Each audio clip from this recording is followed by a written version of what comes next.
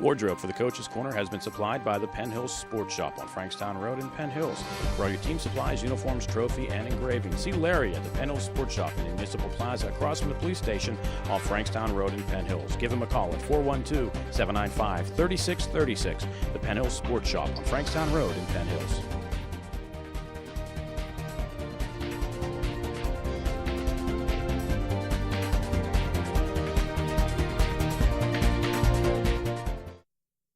From the Bill Frelick Athletic Center, Uhas McGinley Stadium, this is the Coach's Corner, brought to you by District Judge Len Romiak.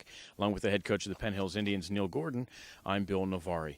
Neil, we talked last week about first week of conference play. Everybody goes in 0-0.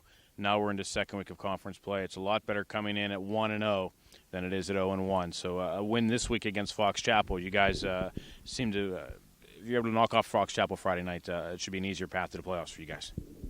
Well, it's 1 week at a time now.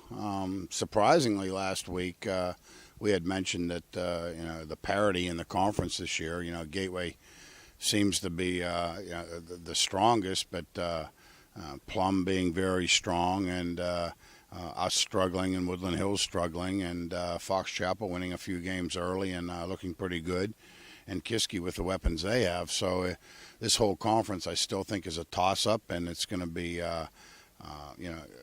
it's not a year where you're going to expect Woodland Hills to beat everybody and Gateway to beat everybody and Penn Hills to beat everybody. There's going to be a lot of surprises every Saturday morning. So with that in mind, you need to win every game you possibly can. You got to try to win the games that you're expected to win and try to win the ones that maybe you're not expected to win. So this Fox Chapel game this week, a conference game, it's every bit as important to us as a Woodland Hills, Gateway, or any other game. So, yeah, it's critical for us, and the Foxes are ready. For the first part of the season, we've talked about the struggles with the offense and how well the defense was playing. Last week, you look at going out to Vandergrift to take on Kiski. In the first half, the Indian defense gets on the board quickly, kind of sets the tone. But really, late in the first half, Kiski is down by 5. They get first and goal at the 3. Try to run 3 straight plays. It comes up to 4th down, and I'm thinking to myself, I was going to say on the air that sometimes the seasons may turn on one play. And I didn't say it, but it came out that you stuffed them on 4th down. You took over. You kept the lead at halftime. Then the offense kind of kind of exploded there in the second half. Is that the kind of thing that may turn a team around whenever you make that goal line stance and then the offense responds that way? Well, I think so. It was certainly the turning point of the game last week.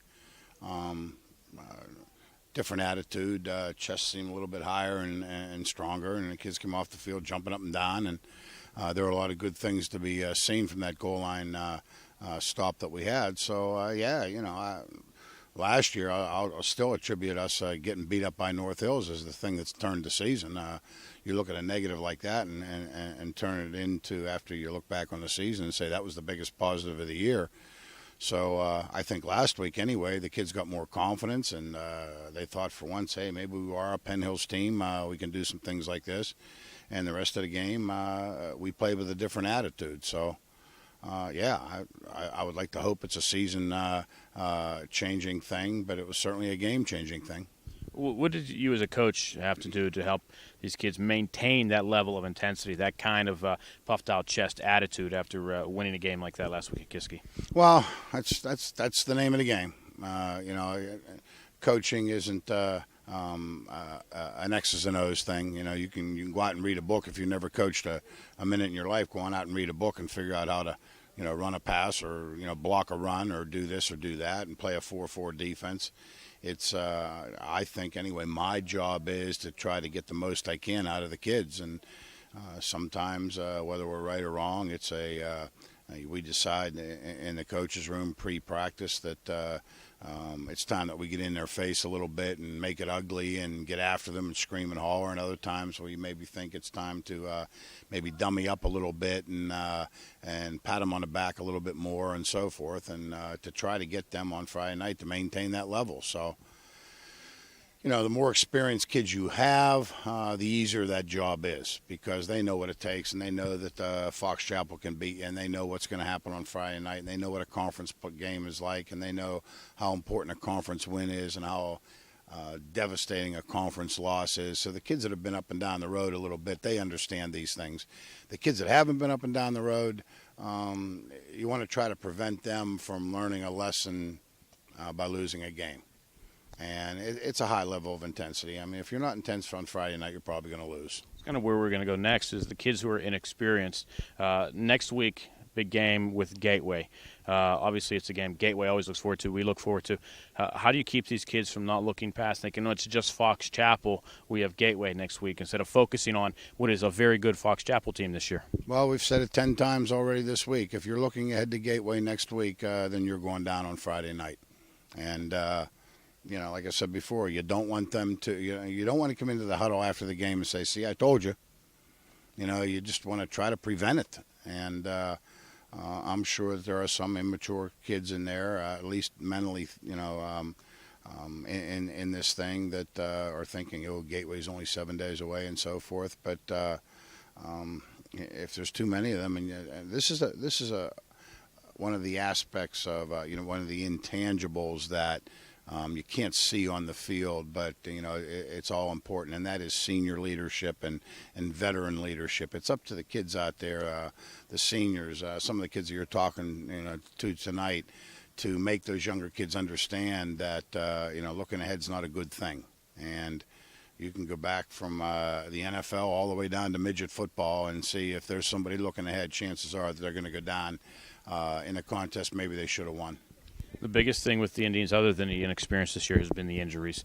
How are you healing? Hopefully no fresh bruises from last week.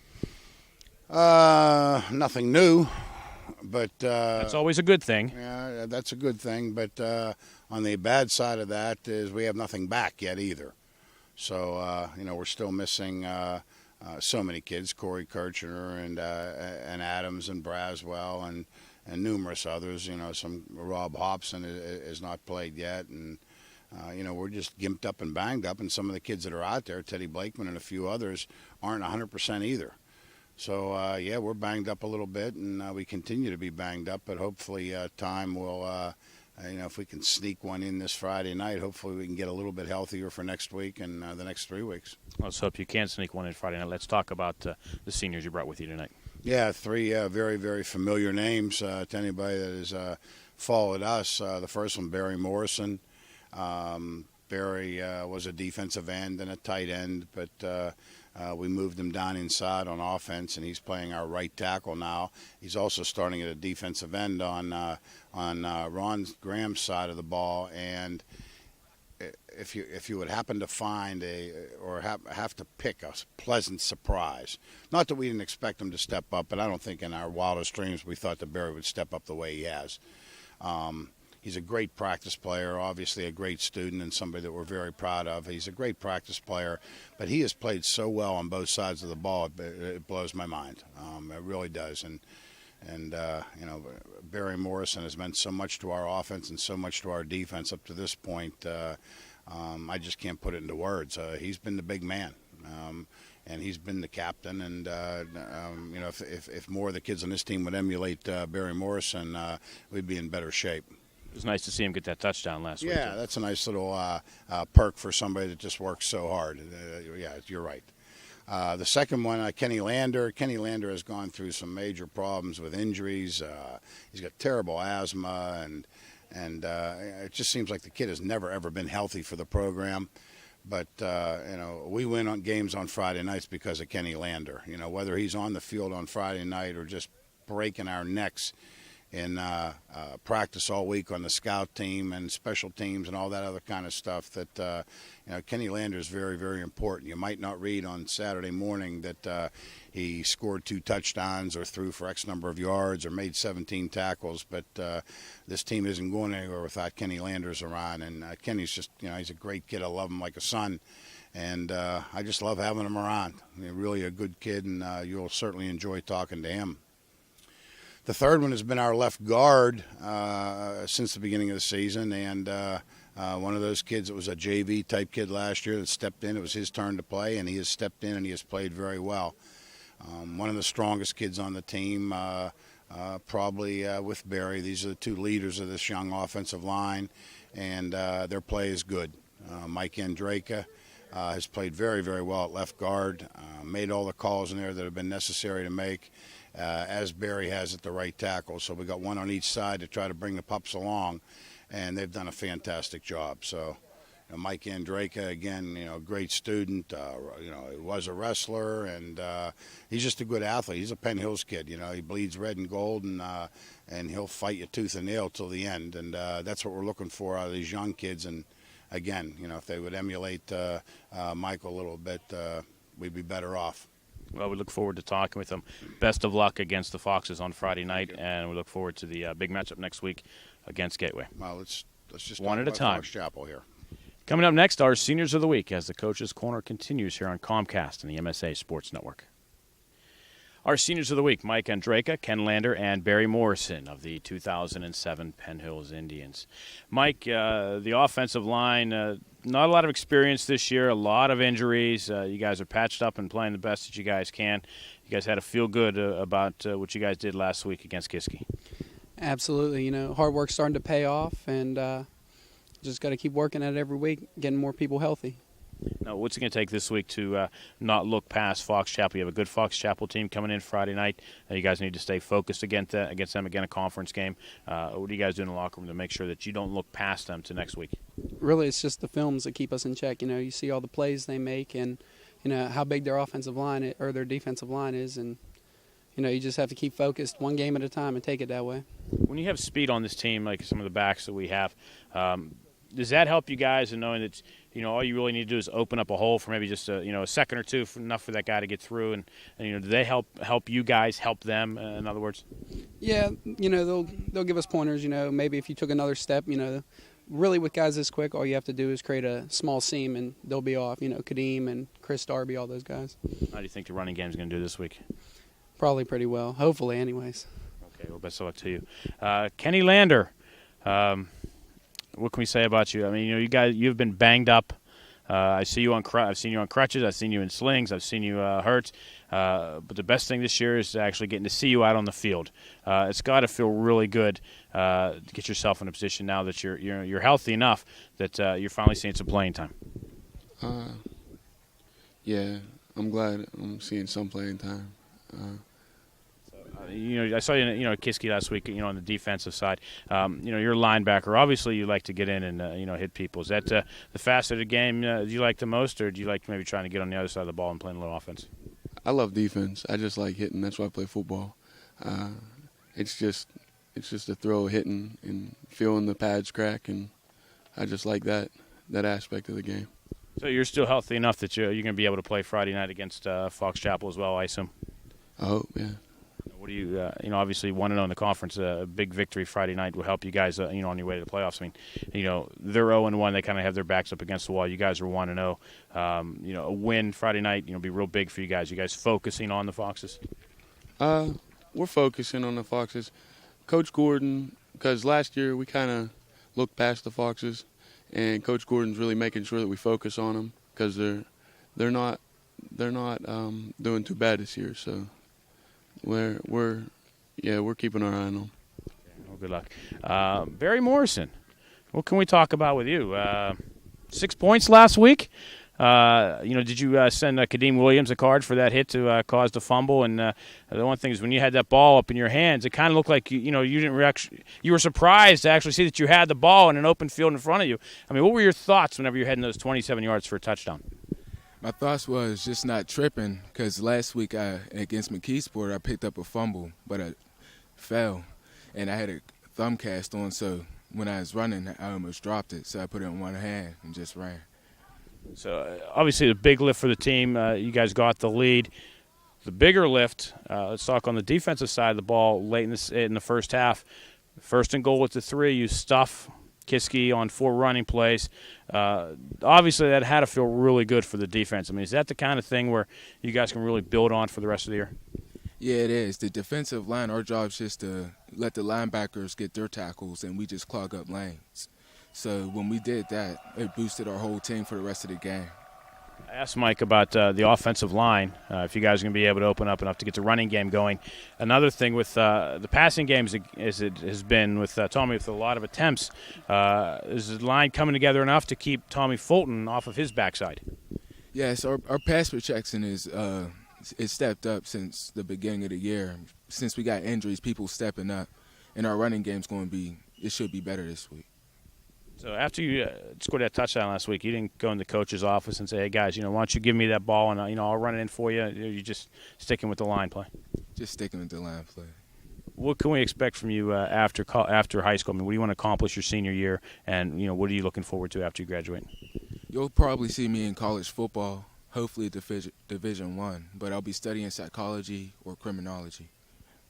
Okay, excellent. Best of luck to you, Kenny. What are your plans for after high school, and what are you looking to accomplish here in your senior year? In my senior year, just graduate. I'd love to go to college, but I'm probably going to end up going to the military, get a career started off. I think that's better for me. Excellent. Obviously, with GI Bills and stuff like that, that gives you the money to go to college. So sometimes a lot of kids, they'll go into the military and, help mom and dad out by getting that college money. Is that the kind of thing you're looking forward to doing? Yeah, it is. Yeah. Anything in particular you're going to want to study in the military? I want to be a sniper, but that's... Eat your carrots, then. Well, best of luck to you. Mike, what are you looking forward to this year, and what are your plans for after school? I'm hoping to go to Allegheny College and eventually get into med school and become a doctor. Is that it? Yeah, I guess so. I mean, what are you looking forward to here your senior year? I mean, not only to finish up here at high school, but also the rest of the year until you graduate in June. This football season, I look forward to every Friday and just every practice, and looking forward to wrestling season when it comes around too. So. Okay. Well, best of luck to you, and also med school and all that you guys are doing. Our seniors of the week: Mike Andraco, Ken Lander, and Barry Morrison of the 2007 Penn Hills Indians. Conference play continues tonight. It's Fox Chapel and Penn Hills homecoming here at UHAS McGinley Stadium, and it's coming your way next here on Comcast.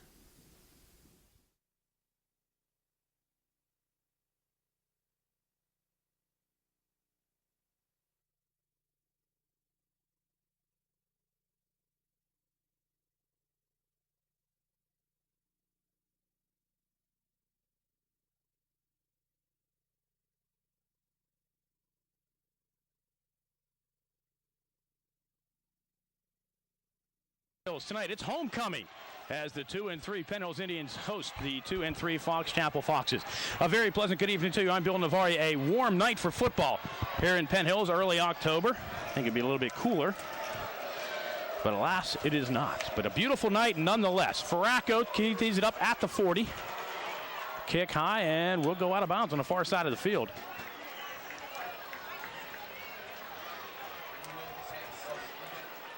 And the Fox Chapel Foxes will take over in great field position. Indians victorious last week at Kiski, 46-20. Offensive explosion in half number 2. Foxes last week lost to Woodland Hills on the last play of the game. And dropped the Foxes from 2-2 down to 2-3. Each team 2-3 tonight. The Indians 1-0 in the conference, and the Foxes are 0-1.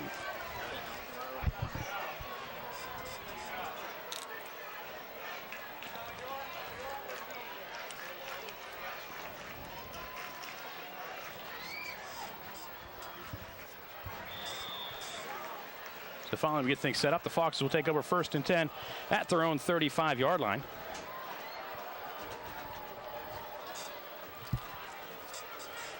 And we're underway.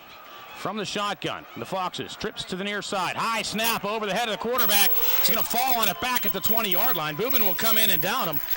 Quarterback is Joe Donahue.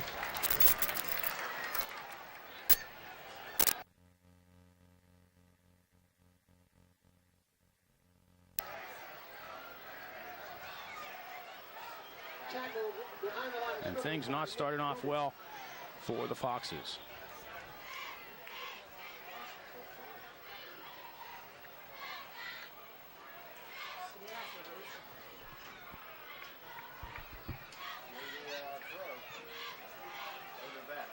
Indians come out in a 3-4 defense. Man in motion coming near side. The Foxes will keep it on the ground. And nothing doing there. The Indians are not fooled. Making the tackle for the Indians, Aaron Donald. And they're going to drop Ryan Hanley for a loss at the 19-yard line. So the Foxes try the end around, and they're looking at a 3rd and 21. Or excuse me, 3rd and 26. Ball at the 19.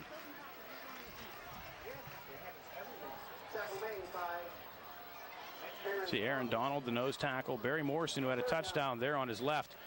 And on the right side of the line is Braswell. Rush, pass high, incomplete. Pressure on the play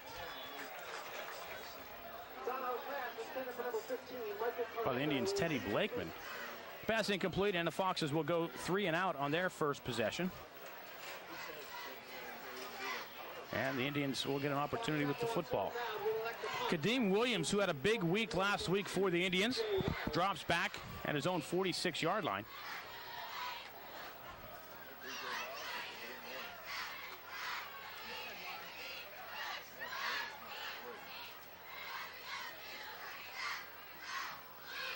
And the Foxes get the punt away. Line drive kick. Williams will watch it bounce. Will roll by him at the 40. He picks it up there. And he'll be dropped back at the 30-yard line. There's going to be a penalty call thrown at the 35 for a block in the back.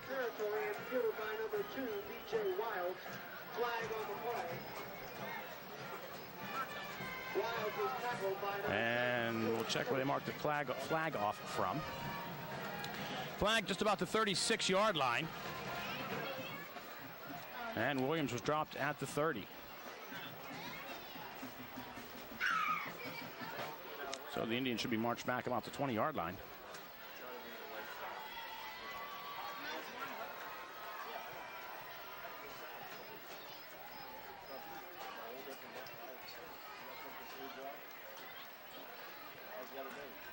And that's where the Indians will start officially at the 20. Fulton comes up under center, one man behind him, that's Blakeman. Mason will come in motion to the near side. Twin receivers on this side of the field. And Fulton will toss his side. Here comes Teddy trying to find some room. And maybe a yard for Blakeman. Teddy Blakeman around the right side for Penn Hills, tackled by Hartford and Hageberg. So the Indians will look at a 2nd down and 9.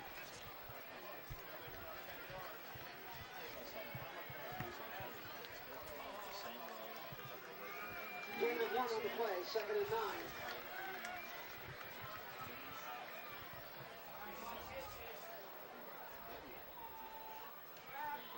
Williams looking for some room. Gets to the outside, breaks one tackle, does not get by the second man, but does a nice job to pick up 4. James Davis, the ball carrier for Penn Hills, tackled by Hartford. Short gain on the play, 3rd down.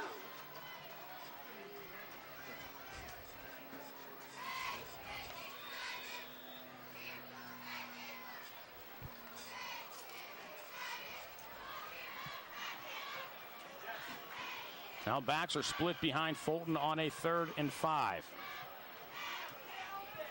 Fulton will throw. Throws near side and overthrows Kadeem Williams, who had a little bit of room. And the Indians will punt the ball back here with 9:04 to go here in quarter number 1. We're scoreless.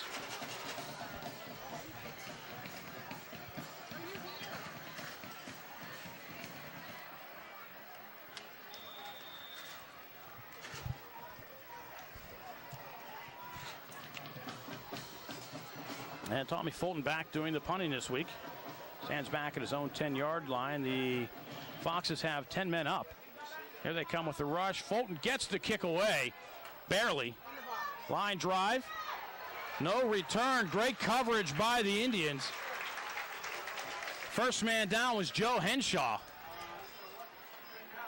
And Tommy Habay could do nothing on that return. It was a line drive. On the return for Fox Chapel.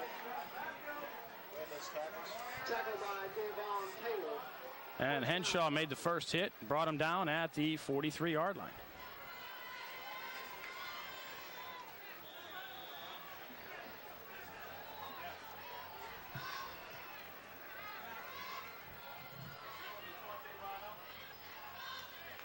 Fox Chapel will throw quickly. Pass complete. Up the middle of the field across the 30. The 20. Just like that, the Fox Chapel Foxes strike. Oh my, Joe Donahue completes the pass to Mike Carlino.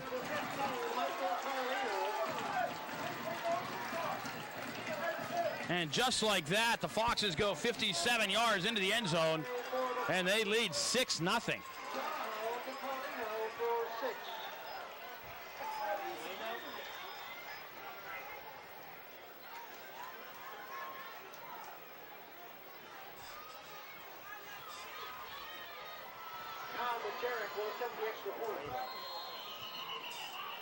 Hawks has put the extra point up, but flags are everywhere.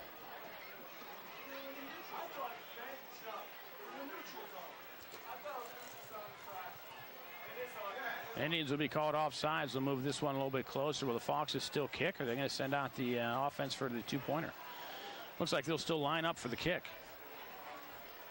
Just say happy 13th birthday today to Shannon Purcell, and happy 7th birthday to Noah Gordon.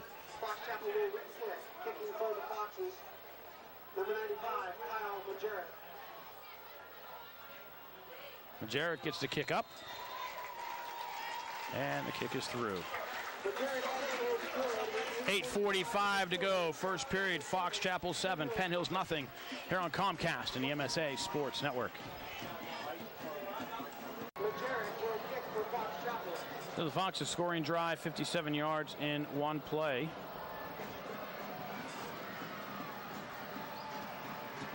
And just like that, they're going to kick off to the Indians. They'll keep it low and short. And the Indians will bring it up across the 40 to the 41-yard line. Tommy Pryor with the return. Pryor on the return for Penn Hills. And the Indians will have it at their own 41-yard line.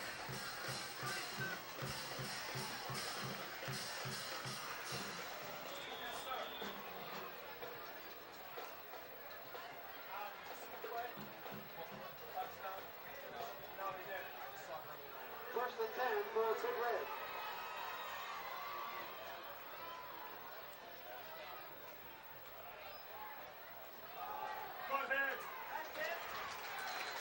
Lakeman gets maybe a yard. The Foxes come into play tonight.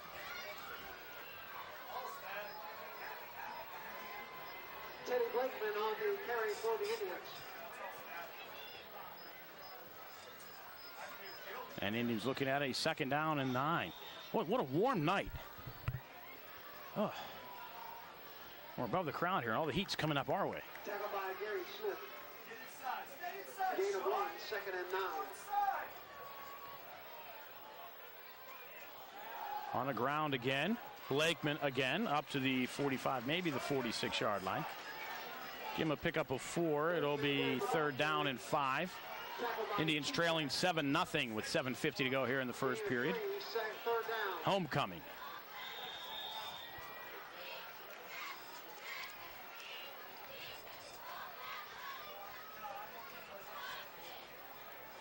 Remember homecoming games where it snowed.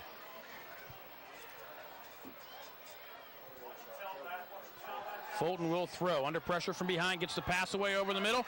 And Dante Brown unable to hold on to it.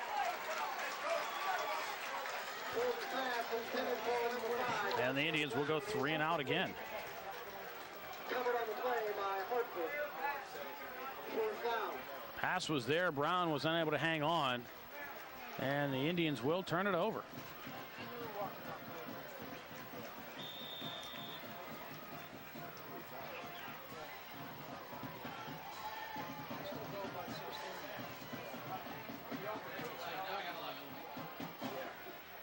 Back easy kick for Penn Hills was Fulton. White back into receive for the Foxes. Fulton does a nice job to get the snap. Screwball kick. Taken at the 24-yard line. Slipping and still making the tackle is Martez Hobson. A flag at the 38-yard line. Right on the return. The right did a nice job to get through the first 2 lines of Flag on the play. Foxes.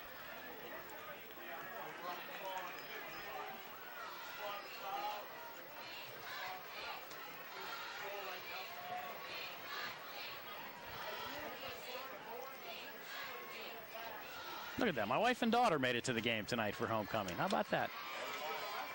The boys are down doing their things on the sidelines with the water and teas and the things that they're doing down there, assisting.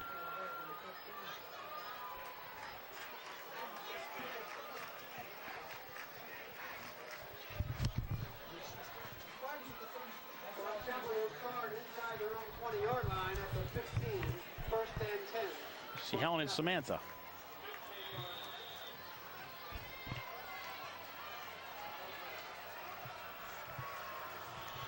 So the Foxes are marched back to their 15-yard line. And they're going to come out throwing again and dropping the football on the far side of the field. It's Tom Habay. Pass was intended for number 18, Habay. Incomplete, second down. Donahoe can throw the football, as we have seen.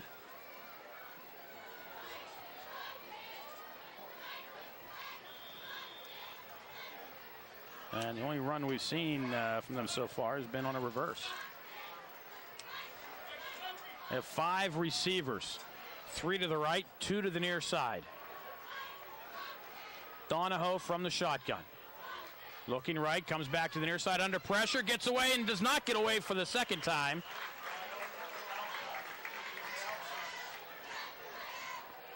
It's Aaron Donald, the nose tackle. On the keeper. Will drop Donahoe for no gain. Tackled by Aaron So officially not a sack. Third down. But Aaron Donald, I mean, goodness gracious, see the size of that kid, 6'1", 242 pounds.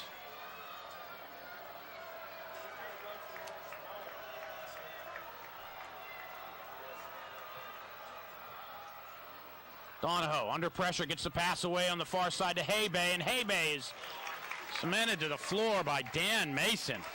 Wow. Pass complete to number 18, Thomas Habay. Tackled by Habay will pick up 6, but it'll bring up a 4th down for the Foxes. Indians will get it back. Clock running at 6:10 to go here, period number 1. 7-0 Fox Chapel. A.J. Anderson will punt for Fox Chapel. Back to receive D.J. Wilds. Anderson punting for the Foxes. Williams will watch this one bounce by him and go out of bounds. So the Indians will take over at their own 35-yard line. 5:46 to go. First period, 7-0 Fox Chapel here on Comcast and the MSA Sports Network. The halfback pass, and it's not going to connect. Oh, my goodness gracious. Brandon Eiffel down the sideline. Blakeman got the pass off. On the attempted pass, the Eiffel is incomplete. Covered on the play. The Indians got out there quickly. Second down.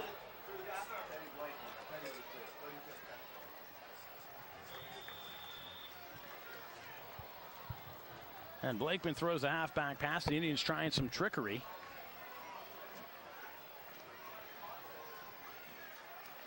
And it'll be second down and 10. Blakeman on the delay, slips in the backfield. Will lose a yard. And it'll bring up second down and 11. Blakeman, the ball carrier.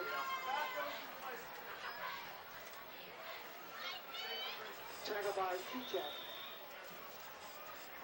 Third down.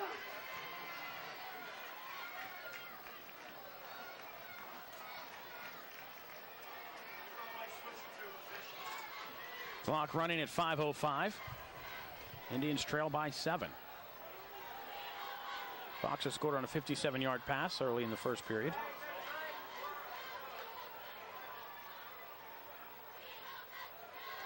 Blakeman fumbles. The Foxes have it inside the 30.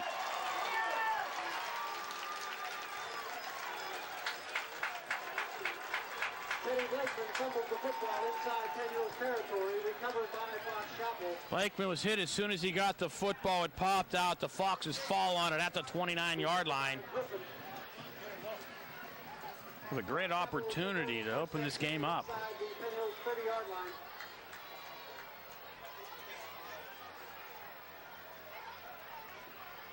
Certainly want to hope the Indians have not committed tonight, taking the Foxes lightly.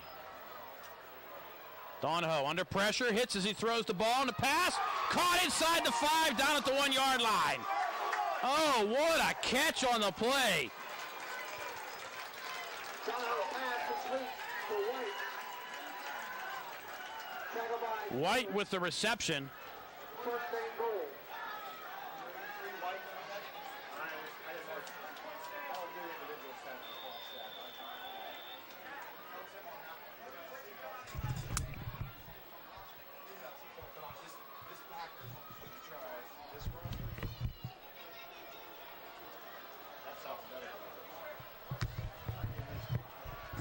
First and goal at the 1 for the Foxes. Now they have some running backs. Donahoe keeps it himself, does not get in, it appears.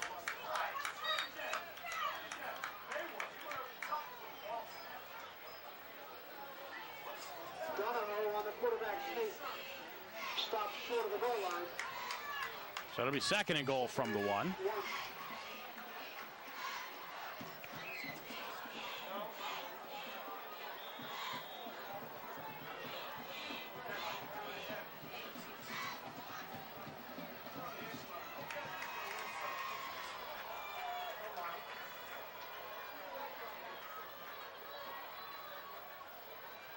Donahoe again, the Indians come up and over. Dan Mason anticipated the snap count. Flew over the top and nailed Donahoe. Donahoe again on the quarterback sneak. No gain. Third down. Had a great surprise before the game. Corey Kircher, whose father and uncles grew up across the street from me. His Uncle Alan, my best friend growing up. He's up from South Carolina. Come popping into the booth to surprise me. A great surprise that was here on homecoming. Donahoe will hand off, and the Foxes get in this time. Monte Green goes in for the 1 yard run. And the Foxes up by 13 right now. And again, you hope the Foxes did not, or the Indians have not taken the Foxes lightly. Majeric will accept the extra point for the Foxes.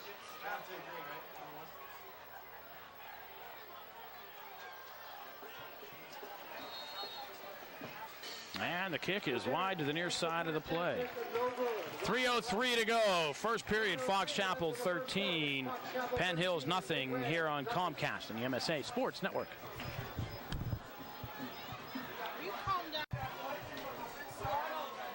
Foxes go 29 yards in 4 plays, set up by the fumble. Key play was the 28-yard pass on their first play to the 1 yard line. An incredible catch.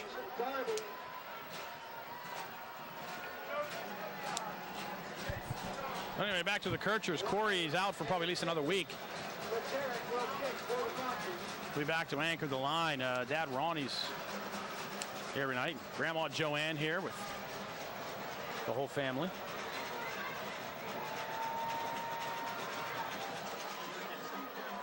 Another squibber. Pryor looks at it, finally picks it up, looks for somewhere to go, and manages to pick up a couple of yards across the 27-yard line for Tommy Pryor. The Indians need to be getting something going. 2:58 to go here in the opening period. It's 13-0 Fox Chapel.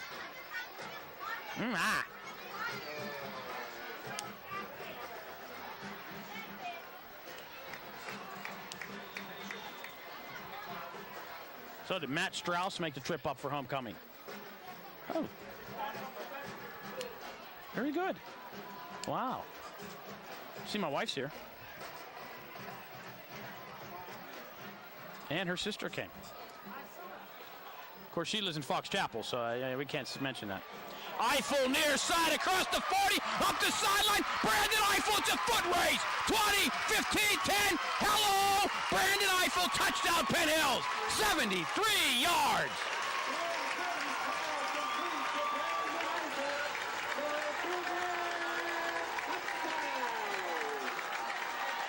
What a way for the Indians to get their first down of the game. 73-yard touchdown play. Simpson to Eiffel for 6. So it didn't take long for the Indians to answer back.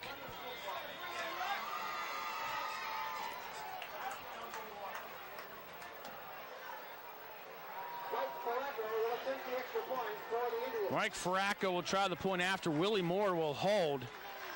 Joe Henshaw, the long snapper. There it is. It's up. And it's good. 2:47 to go, first period. It's a game now. Fox Chapel 13, Penn Hills 7, here on Comcast and the MSA Sports Network.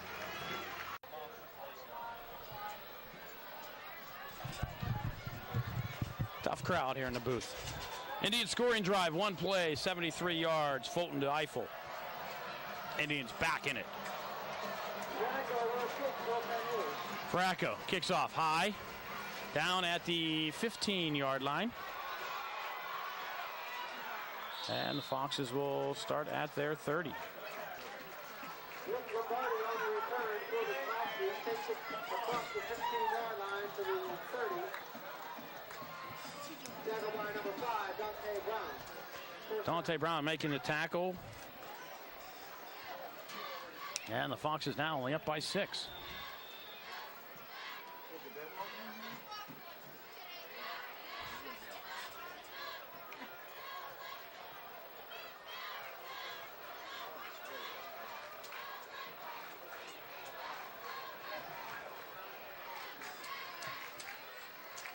Fox Chapel will throw. No surprise there. Down the sideline. They have him in just too far for White. Almost connecting, almost answering right back. Wright had gotten behind the defense, and the pass just too far. Kadeem Williams was on the coverage. But it looked like White had a step, and the pass just too far.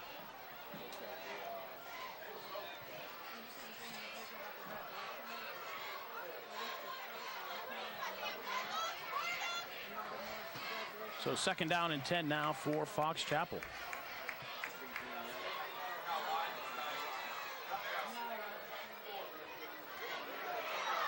Morrison misses the tackle, but not missing is Aaron Donald. They're going to say they tackled him out of bounds.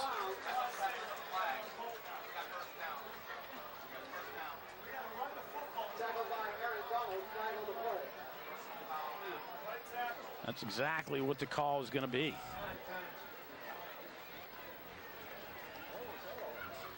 I'm going to say Donald tackled him as he was going out of bounds unnecessarily. And they'll tack 15 yards on to the end of the play. So they should move us to the 38-yard line. And be an automatic first down.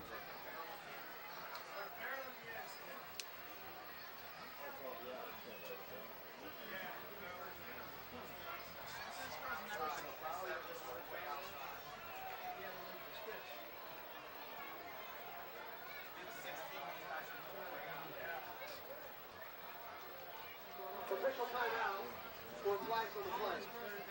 And this time, ladies and gentlemen, the Penn Hills Senior High School would like to welcome back the officials are concurring. Please welcome back to UHawks McKinley Stadium, Taylor Cooper from the class of 1999. Tom Fitch from the class of 1979. Leonard J. Romiak from the class of 1944. 44! Correction, 1964. Rosemary Carl Benabon, class of 1981. Jack B. Day, the class of 1989. Chuck Shotstar, the class of 1976. Kim Spike Stamper, the class of 1980. The officials are figuring out where to mark everything. Former Penn Hills football player, number 75, Mike Sepelak, from the class of 1960. Oh, it's not an automatic first down. Former Penn Hills roundballer, Marcello Ferraro, class of 1979. And future alumni, Nick Ingalato from the class of 2013, and Michael Delafemini from the class of 2013. So the officials finally get things straightened up out there.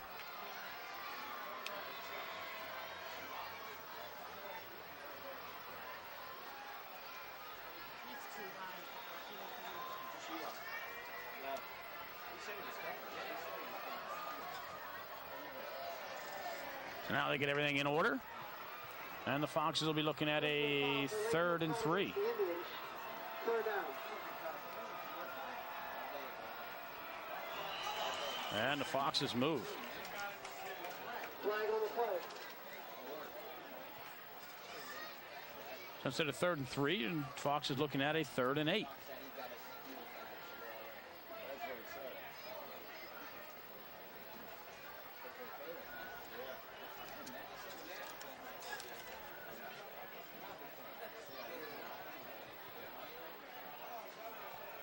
Dead ball foul. Procedure called against the Foxes. Repeat, third down. What about me?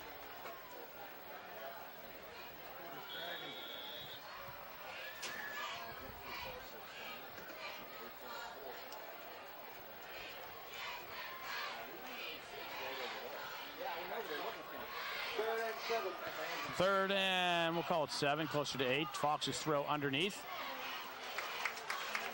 And Mason and Boobin will just drop Tom Habe short of the first down. Going to pick up about 5.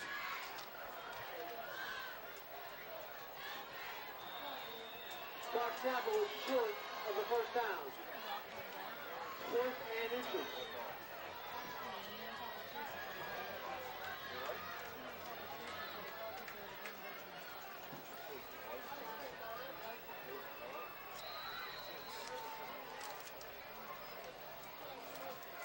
Timeout, Fox Chapel. And the Foxes will call timeout. 1:44 to go here in the first period, a long first period. It's Fox Chapel 13, Penn Hills 7 on MSA and Comcast.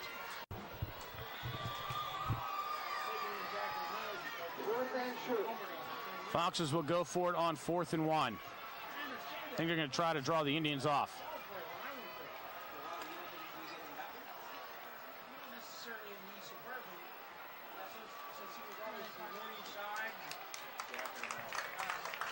And a flag on the line on the far side of the field.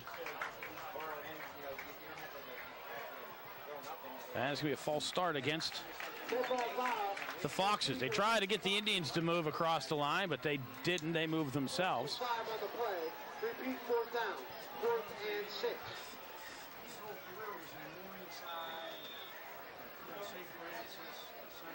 On the punt for the Foxes, number 8, A.J. Anderson. Back into the receiving, B.J. Wise.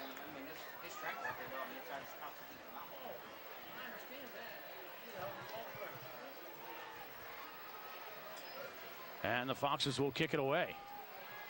Kadeem Williams will watch this one sail out of bounds in great field position for the Indians.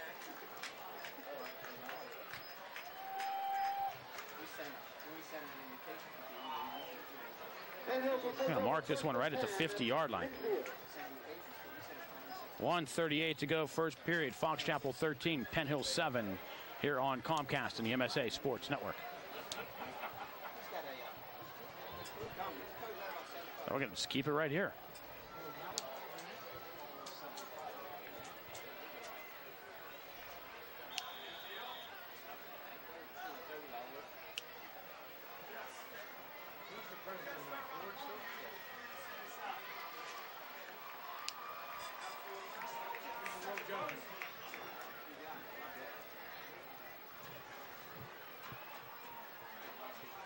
Fulton, straight drop, looks near side, lost one down towards Brown, who has it at the 30, breaks a tackle, breaks another tackle inside the 20, and another tackle! Dante Brown, 10-5! Oh my! Dante Brown with the touchdown!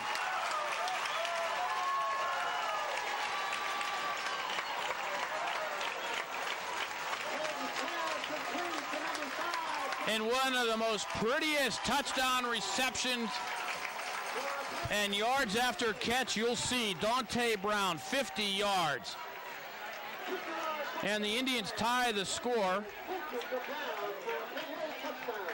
and are a conversion away from taking the lead. Oh my, Dante Brown, did you just make a play?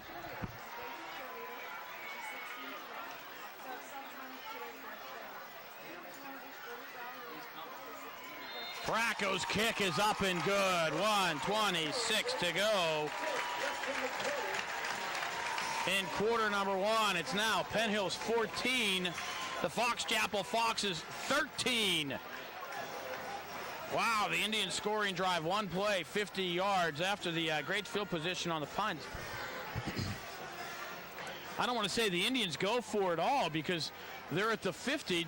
Dante Brown catches the ball probably about the 35, 30-yard line, breaks a tackle there at the 30, breaks a tackle to 25, cuts back to the left, breaks one at the 20, goes further left, breaks one at the 15, and goes to the for a touchdown.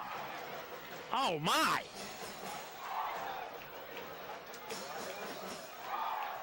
And Farraco comes on to take the lead with the give the Indians a lead with the point after.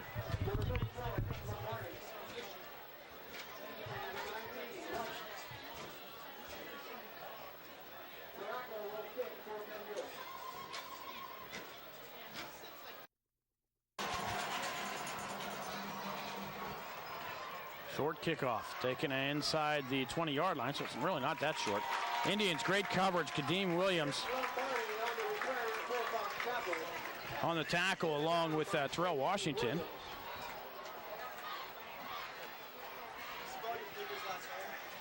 And the Indians will get it at the 23-yard line.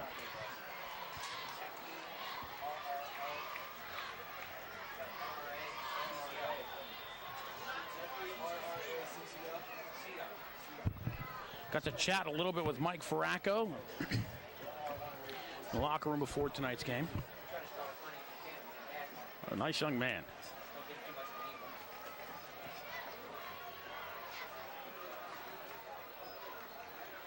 Fox Chapel will throw high screen on the near side, just way too high for J.C. Duquette. Intended for number 23, Duquette is incomplete. Second down.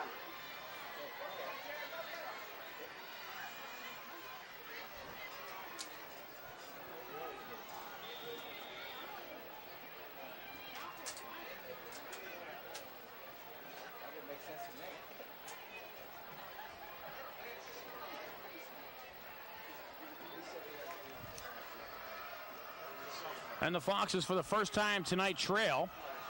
Of course, it's with 1:18 to go in the first period. And it looks like the Indians encroached.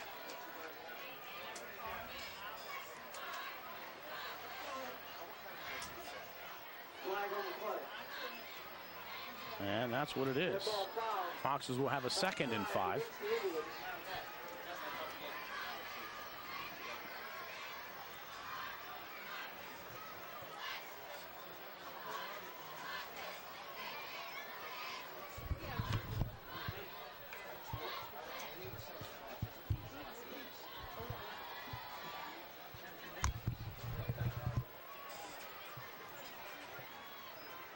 Another high snap. Donahoe will try to keep it himself. I don't know if that was a set play. I think it was more of a reaction to the high snap, but he's going to be dropped for a loss. Barry Morrison joined on the play by Kenny Braswell.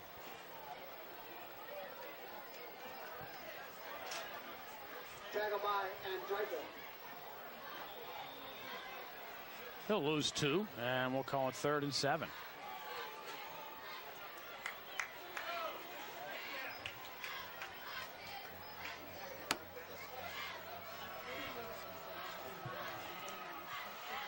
Donahoe, slant, near side. Gets by Dan Mason, but does not get by Aaron Donald. Donald will drop him for a short gain. Be short of the first down. Pick up about 4, and it'll be 4th, and we'll call it 3. And a marathon of a first period.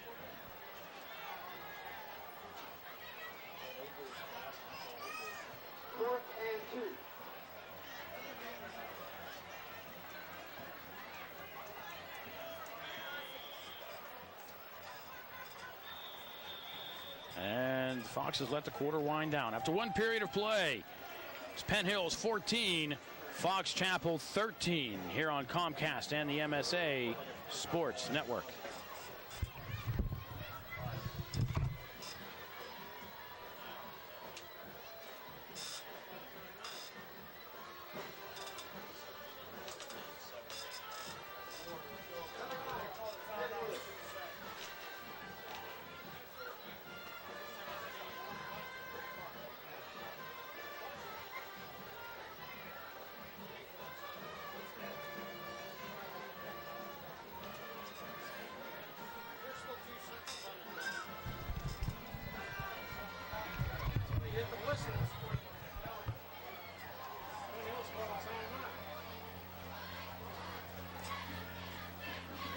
Well, the Indians called timeout with 2 seconds to go.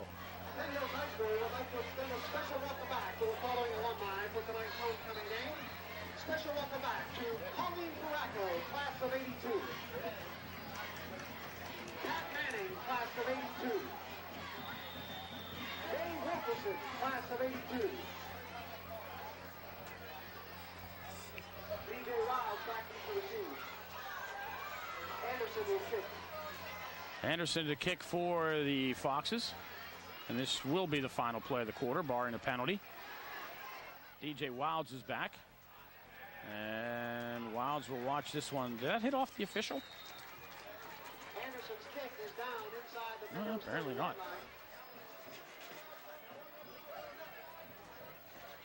So that'll be the end of the quarter. The Indians, when we come back, will have it 1st and 10 at their own 27-yard line after one period of play. It's Penn Hills 14, Fox Chapel 13 here on Comcast and the MSA Sports Network. And he's looking at a 2nd and 5 following the Kadeem Williams 5-yard run. Darby will now come in motion. Again, they fake it to him. Fulton, play action, rolling to the right. Under pressure as a man wide open. It's Boobin who gets across the 50. And Nick Boobin will go down in Fox Chapel territory at the 47-yard line. That's a first down for the Indians. First down of the game for the Indians. That's not a touchdown. Ladies and gentlemen, that is a big red first down.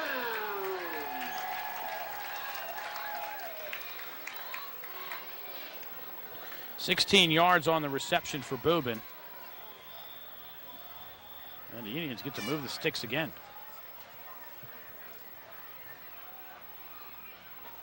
Kadeem Williams with a hole on the near side. Cuts back, gets across the 35, and will go down at the 32-yard line. 15 yards for Kadeem Williams. The Indians back-to-back first downs. And the Indians go with the no huddle. 1st and 10, Penn Hills. Power eye behind Fulton. Williams goes right side with another big hole. Kadeem Williams up the gut inside the 15. Will go down at the 14-yard line. 19 yards for Kadeem Williams, and the Indians back to back to back first downs.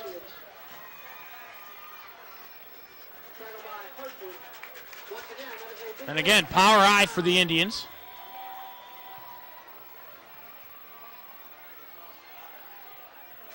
And this time the Foxes were waiting for Kadeem, who will lose a yard. Williams, the ball carrier, tackled by Chichak, no gain.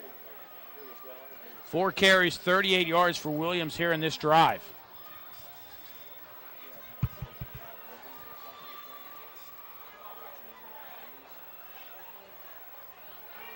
Fulton, straight drop, looks right side, over the middle. Touchdown, Brandon Eiffel!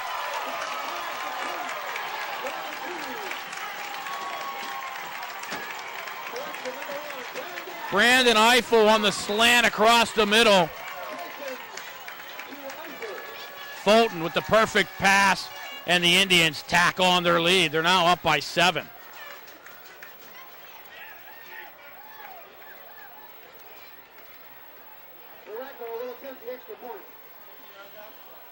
Mike Faracco to try the point after.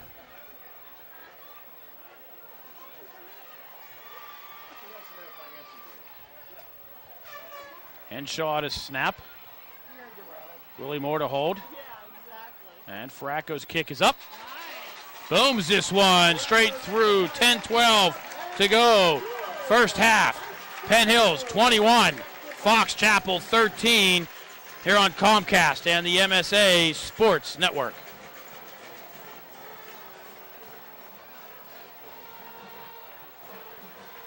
Nice shot of the Indians bench.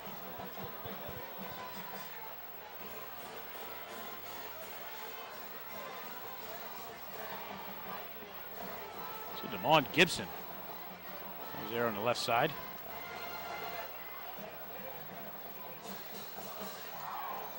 Taking team gets their instructions. And Faracco ready to kick off again.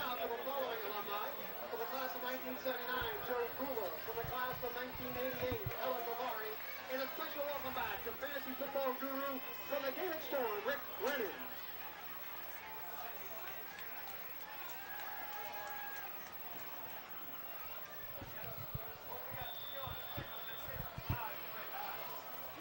Farraco's getting a workout tonight.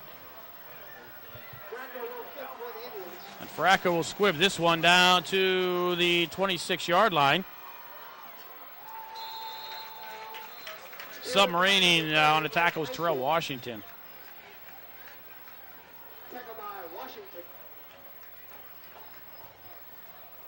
I don't know how many guys does Fox Chapel have on the field that aren't on the roster? You know, there's only so much you can do.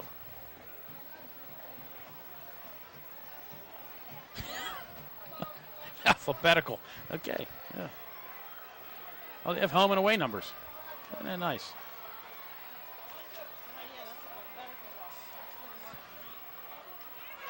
Donahoe flushed out of the pocket, being chased down.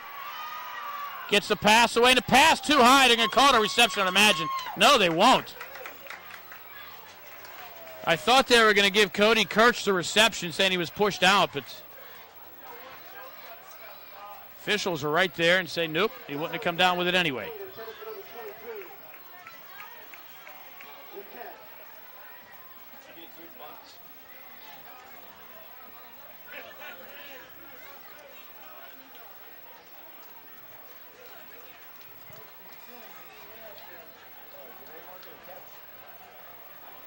And they're going to call it a catch now, apparently.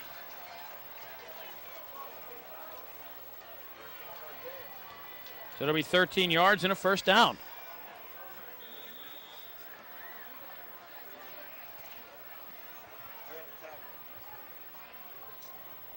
Terrell Washington was there to push him out of bounds. Donahoe from the shotgun. Rolls to the near side. Throws underneath, and the pass, too short, was intended for J.C. Duquette.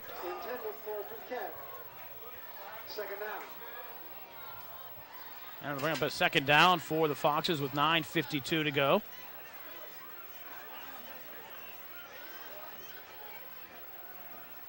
Here in the first half, the Indians are up 21-14.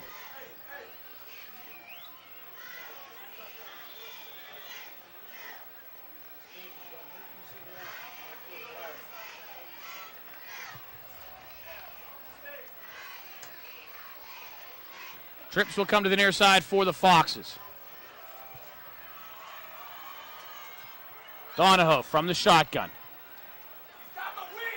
And he throws downfield, has a man and a pass.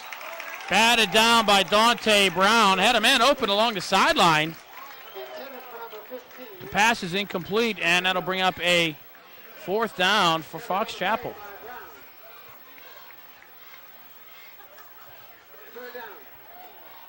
Excuse me, it brings up third down for the Foxes.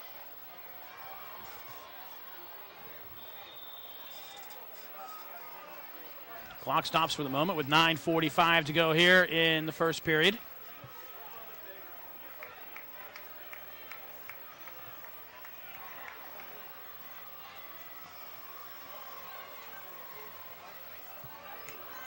Donahoe again from the shotgun, under pressure from behind, and a pass too high on the near side for Hay-Bay. And now it'll bring up a fourth down for Fox Chapel. They trail the Indians 21-13 with 9:41 to go here in quarter number 2.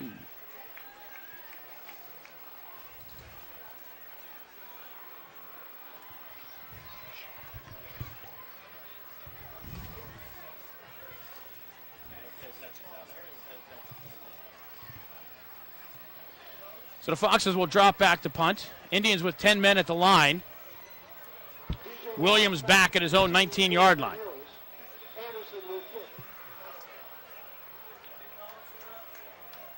Indians now will drop 2.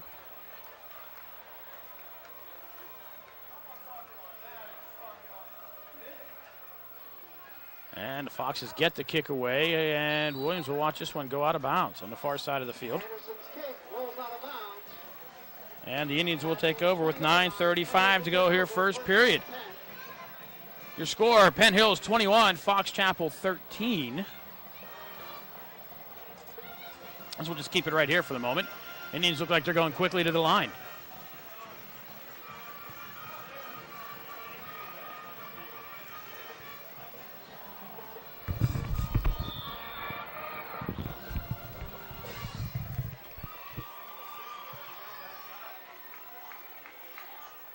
I formation behind Tommy Fulton.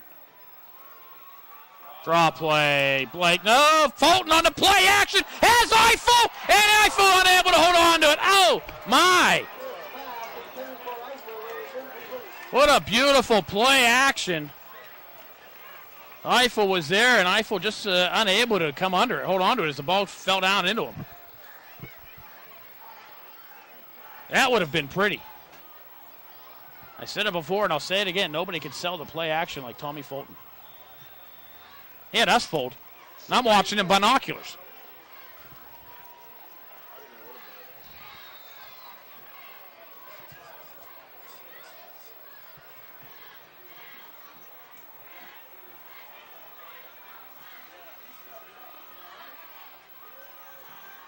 Fulton again with the play action. A flag comes in, and the pass too hard for Boobin.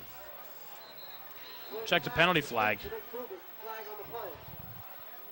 Usually that means holding. Now it's an illegal motion call against the Indians. I assume they're going to decline the penalty, bring up a 3rd and 10. They're going to make it 2nd and 15. They will decline it.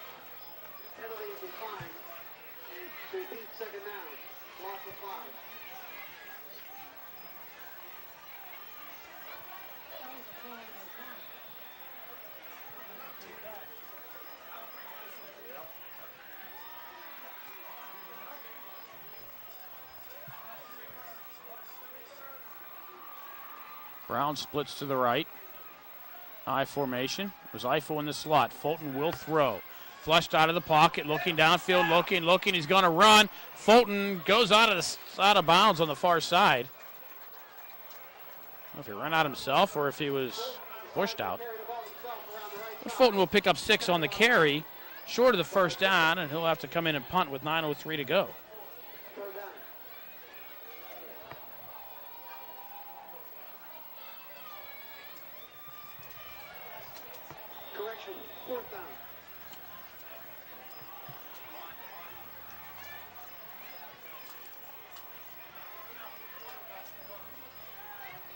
Apparently nobody thought it was 4th down but us.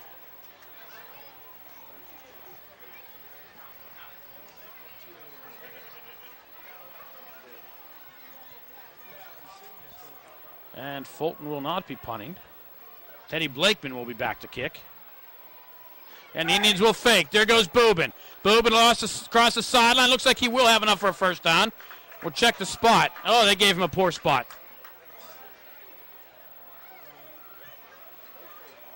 Oh, they gave Boobin a poor spot. I think he'll still have enough for the first down. And he does. They're going to give him 5. Originally, it looked like they were going to give him a very poor spot. But the Indians get the first down.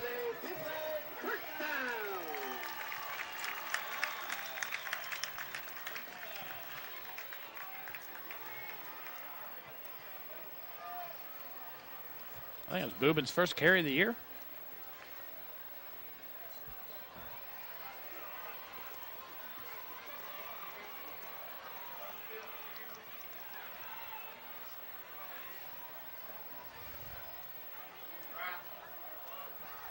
Lakeman on the trap.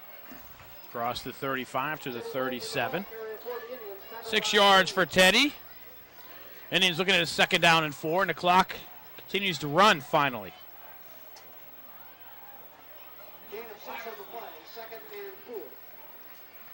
This is the 2nd quarter, right?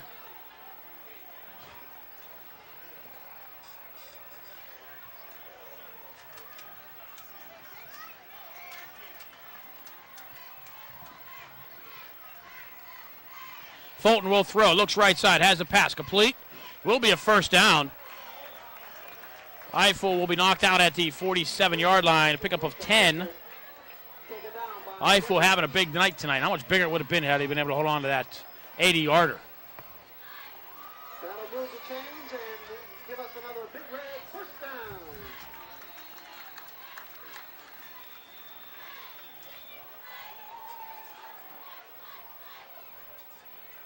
And Fox has called timeout. 8:17 to go, first half. Penn Hills 21, Fox Chapel 13 on Comcast and the MSA Sports Network.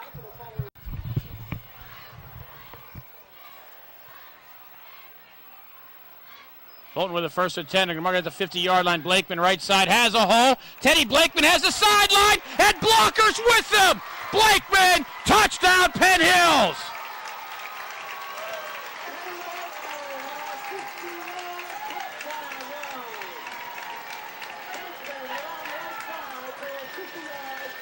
Teddy Blakeman just went right side.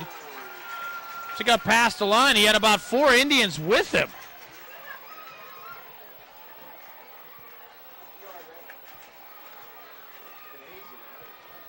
The Indians storming back. They were down 13-0. They're now up 27-13.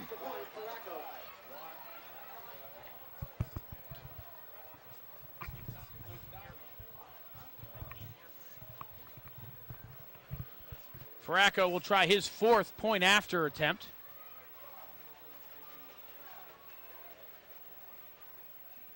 High snap. Moore gets the kick down. And the kick is up. Did it go through? Yes, it did. Faracco 4 for 4 tonight on the extra points. With 8:07 to go here in the first half, it's Penn Hills 28, Fox Chapel 13 here on Comcast and the MSA Sports Network. Well, then it doesn't add up. They had a 6-yard run, and they had a 13-yard pass. At runs of 6, 5, and 6. Did you count Rubens? 30 yards. They started at the 20. What did I miss? Fulton ran the ball. Faracco's kick will be returned by the Foxes.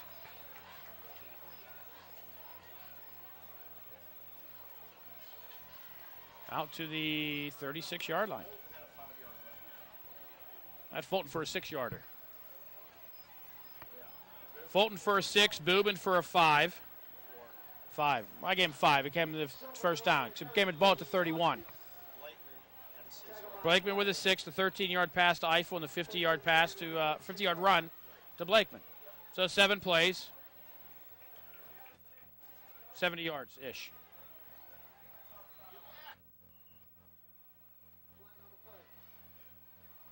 That's the. We just went over the Indian scoring drive, and the Indians encroached.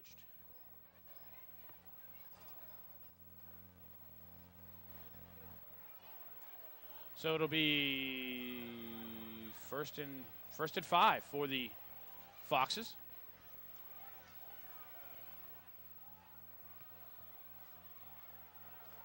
And now trail by 15. Donahoe. Little screen. Mason and Williams. Donahoe's pass complete to number 10, Kirsch. Will drop Kirsch for a pickup of 4, but Mason really punishing these receivers when they come on those little slants. Gain of 5, second and 5. Correction. So the gain of 4, it'll be 2nd and 1. Downey Williams just held him up, and Mason knocked him down. Donahoe again from the shotgun. Looking for Hirsch, under pressure, and he'll be sacked! Flag comes in. There's Braswell with the sack. Kid Braswell on the blitz. Takes Donahoe for a loss, line on the play. Holding call against the Foxes. See if the Indians take the play. It'll be loss of 10. It's going to be a loss of 10 on the play. Are they going to take the holding call? No, I think they're going to decline it. Take the loss of 10 on the play.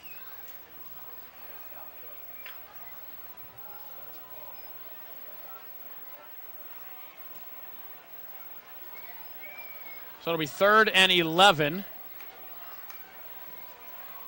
for the Foxes from their own 35-yard line. Clock running, 7:15 to go here. 7:15, wow. Not even halfway through quarter number 2. White in motion, he'll hand off on the double reverse, pitching it back. Habe will throw, looking down the sideline for Donahue. No, it wasn't Donahue, it was Jacob DeVries. It's a pretty play. The Fox is unable to connect.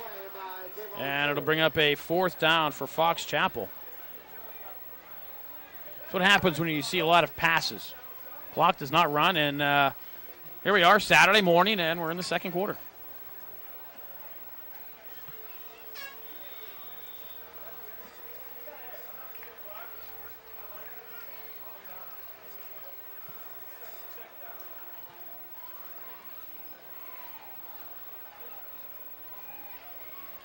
Kick away.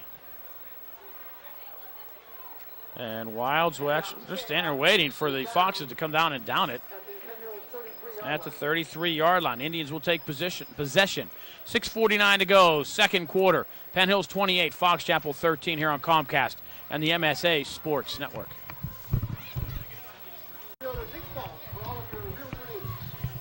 Tommy Fulton quickly up under center for the Indians. Backs are split behind him, and he'll throw.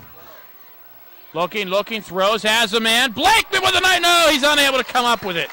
Oh, that would have been a pretty catch at the 40-yard line. But boy, if Fulton has some time to throw.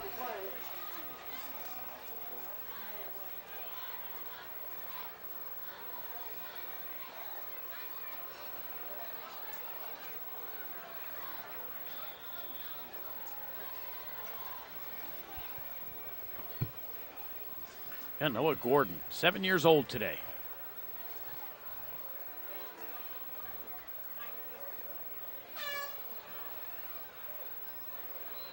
Looked like Boobin moved on the near side. Yes, he did. Here goes the penalty flag. Just a fraction early.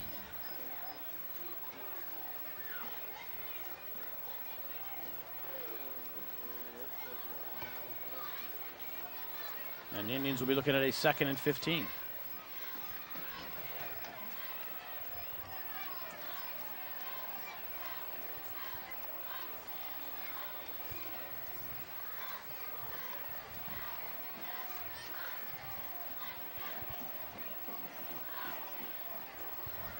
I see my daughter just went running down the bleachers to go talk with the mayor.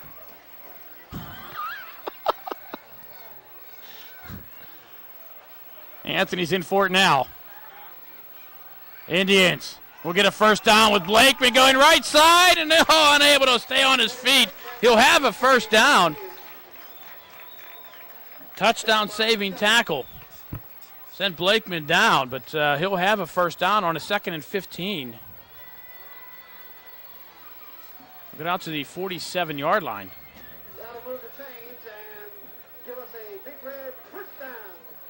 19 yards, first down, Blakeman.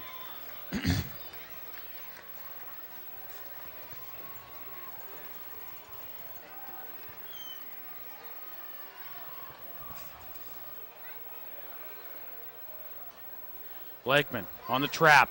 No, Darby spins ahead down to the Fox Chapel 45-yard line, 7 yards. Nice burst by Chris Darby.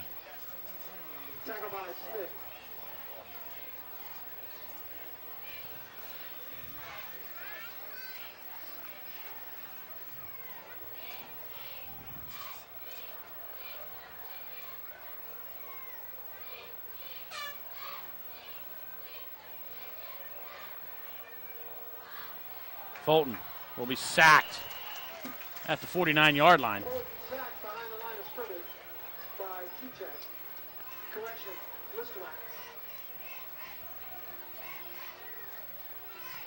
He'll lose 6.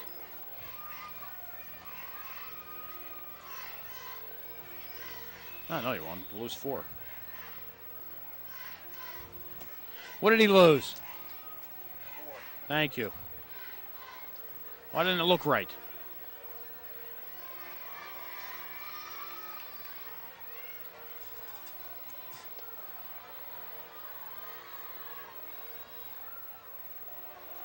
Kadeem Williams, big hole inside the 40. First down, Penn Hills at the 37-yard line. That's 12 yards for Kadeem Williams. And a first down for the Indians.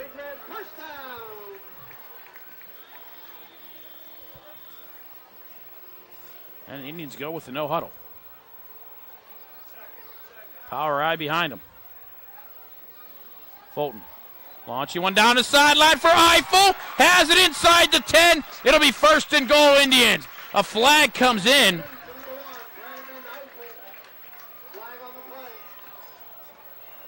They're going to mark him out of bounds at the 6-yard line. That's a 32-yard pass. I think this one's going to go against the Foxes. Personal foul against Fox Chapel. It'll mark him half the distance to the goal. Personal foul against the Foxes. And it'll still be first and goal, Indians. So they give them 2 first downs on the play.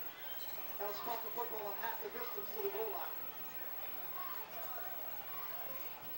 First and No. goal for the Indians. So it'll be first and goal from the 3.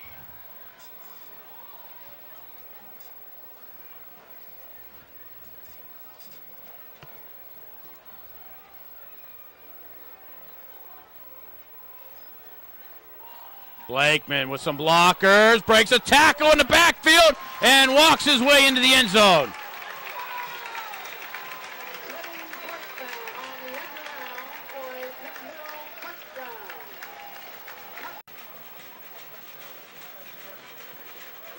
Indians go 67 yards in 7 plays.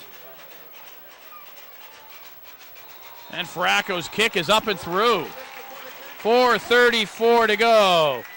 Second quarter, Penn Hills 35, Fox Chapel 13 here on Comcast and the MSA Sports Network.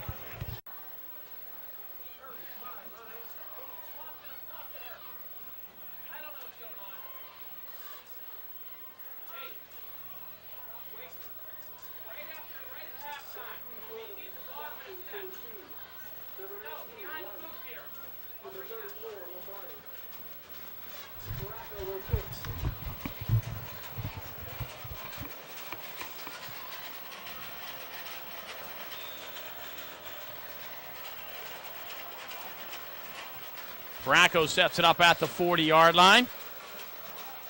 High. Will bounce at the 25, picked up there. And the Foxes will return it out to the 34-yard line. Robinson and Darby on the tackle, it appeared.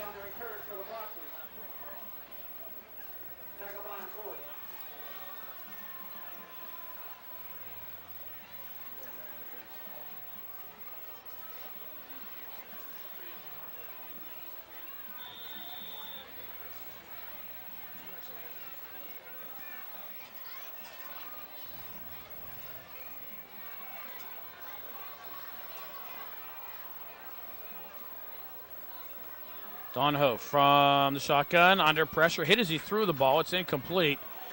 Aaron Donald with the pressure.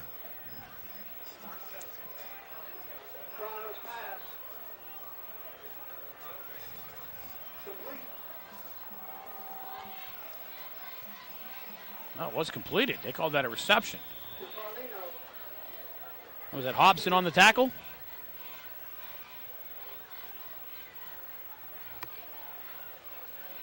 Well, a pickup of 3. Clock running at 3:50 to go here in the first half.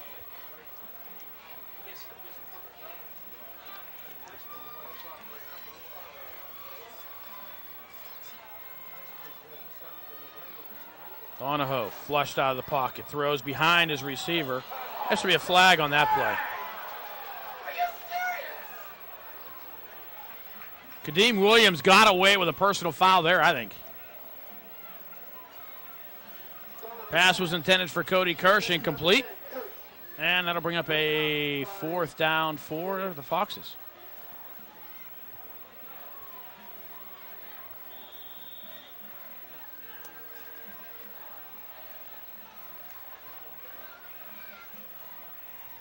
It should be 4th and 7 for the Foxes. They got third up. They got third on the far side. Did I miss something? Oh, yes, I did. I know what I did.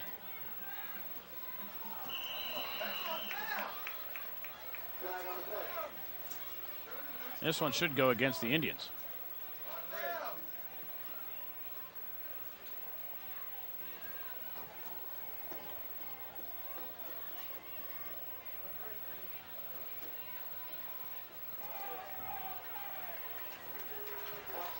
Indians were in the zone before Fox Chapel moved.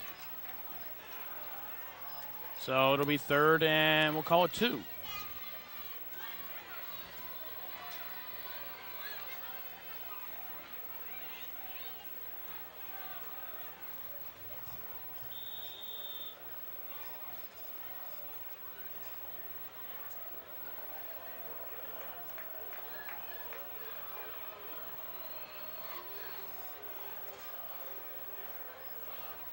Donahoe looks left, throws right, the pass complete. And Kadeem Williams will drop Hay-Bay short of the 1st down. Officially, we'll have to give him a yard. And we'll call it 4th and 1.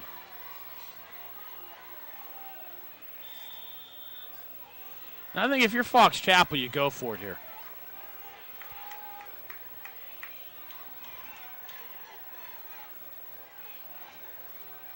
Got to get across the 40-yard line. You are at the 45-yard line. You're at the 44.5. Has some room if he dives to the right. I don't think Donahoe thought they were going to get the football.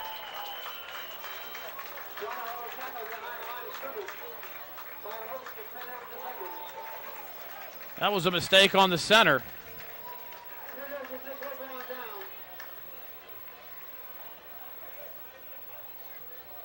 They'll lose 5, and Penn Hills has it.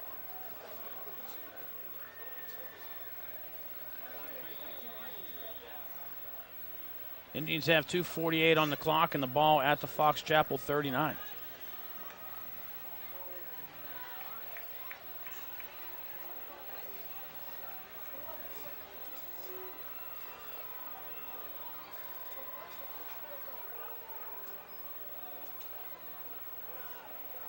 And Williams and Fulton run into each other. I think that was supposed to be a play action.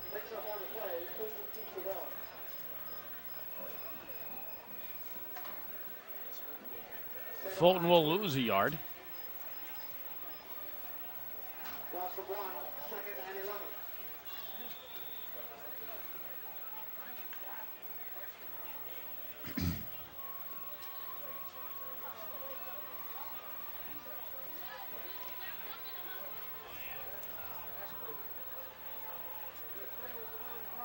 Fulton swing pass. Darby right side.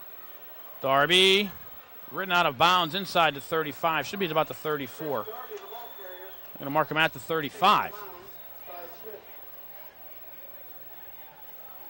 So 5 yards for Chris Darby. Clock stops at 2:05.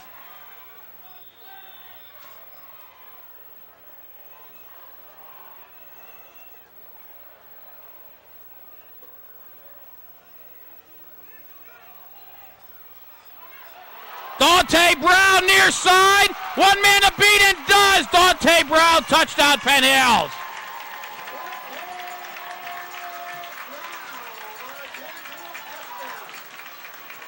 $35 yards.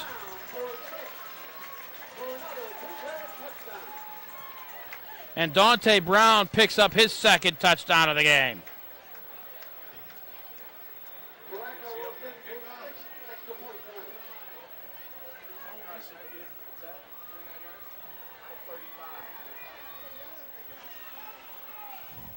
So Fulton to Brown, 35 yards. The Indians tack on 6 more.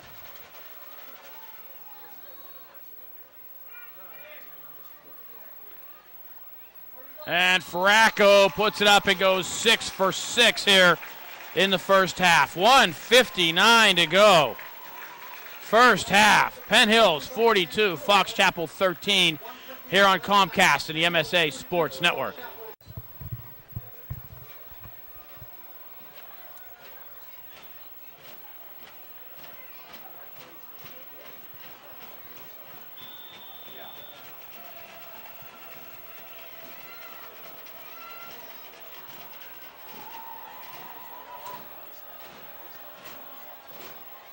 Fulton's kick high, Farraco's kick high, taken at the 20-yard line. And White with a nice return up close to midfield.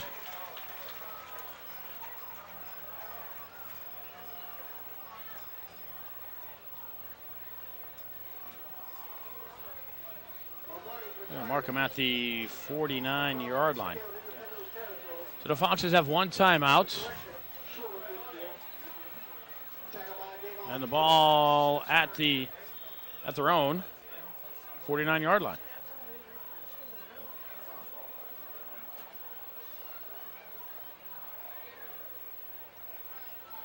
Donahoe from the shotgun. Has a man up the sideline, wide open. Brown will ride him out of bounds close to the 20-yard line. Duquette goes out of bounds at the 19. That's 32 yards and a first down for Duquette. And the clock will stop with 1:46. Indians get the ball to start half number 2.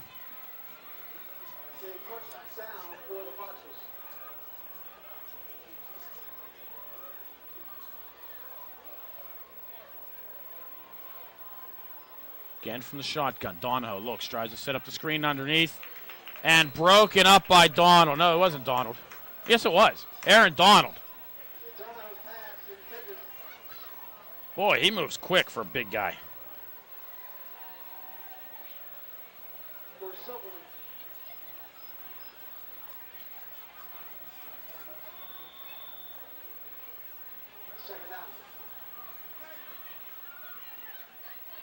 Then with the incompletion, the clock stops with 1:42.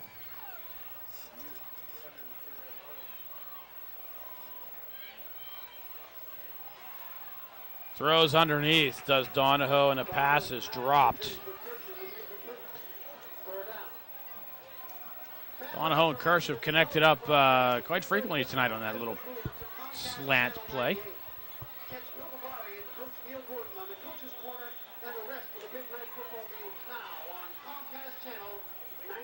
And after getting down to the 19-yard line on their first play on this drive, the Foxes are looking at a 3rd and 10.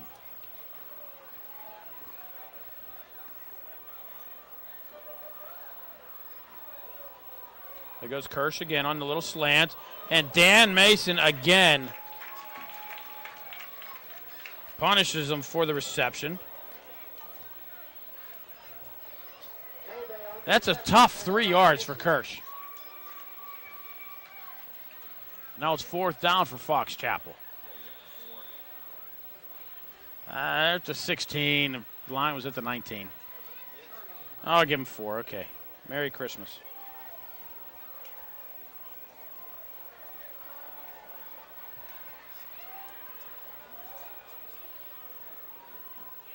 Donahoe under pressure, and Donald will get him from behind. Aaron Donald just slapped him down from behind. It'll be a sack on the play. Loss of 3. And the Indians will.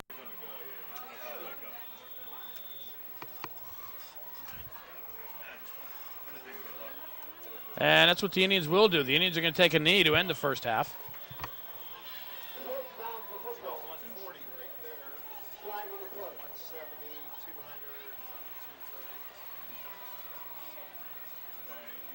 Penalty flag.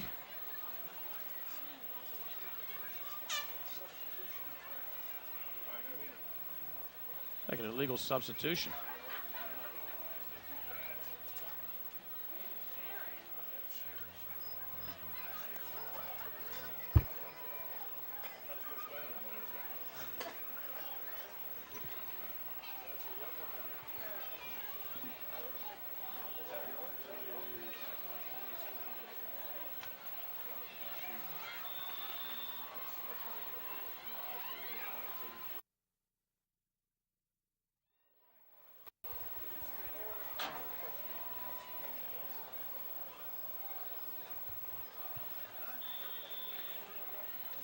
Clock approaching 30 seconds. I think the Indians will let it run in under the 24-second clock and go into the locker room. Indians trailed 13-0. They now are up 42-13. Clock at 23 seconds. Bolton can take a knee at any time and head into the locker room, and that's what he's going to do.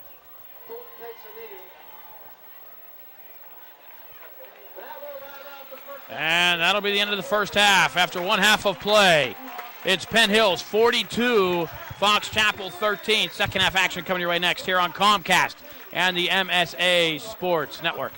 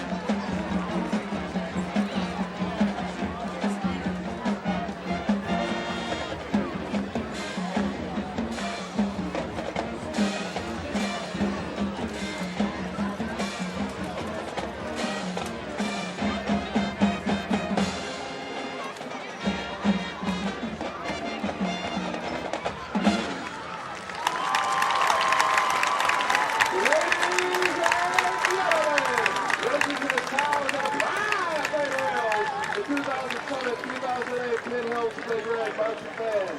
The theme for this year's show is That Son of a Show. You first heard the fanfare of Carry On Our Wayward Son. Next you heard Fame from the musical Fame. Then you heard Pops Up by Donna Summer, which was followed by Carry On Our Wayward Son. The Big Red Band closed this year's show with song that features soloist Dustin Gray, the visual ensemble members Sarah Strong, Tina Gula, Renee Lehman, Carly Gott, Kitty McMahon, and Jenny Ogdenware. So watch them for Stix's Come Sail Away.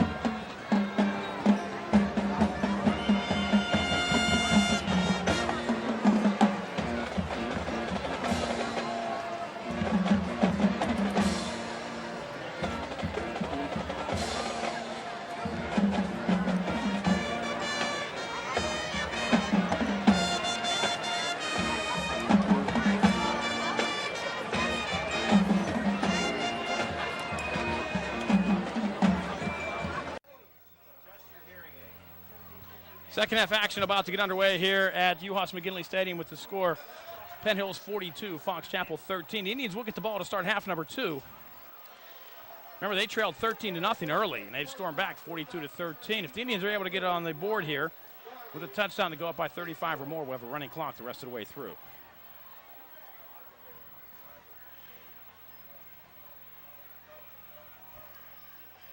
And the Indians will start at their own 25-yard line. Irene! Tell my mother.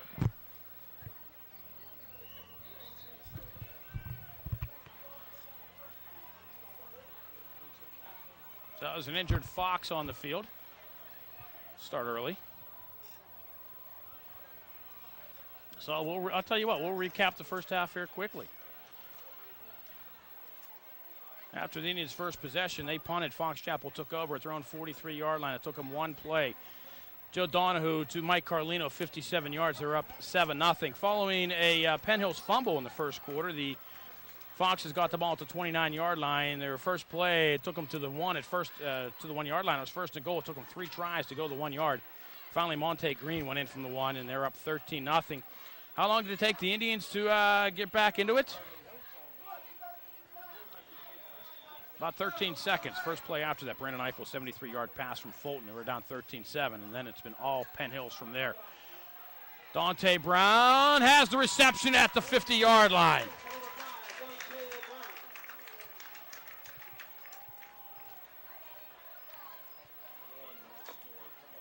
That's 26 yards and a first down for Dante Brown.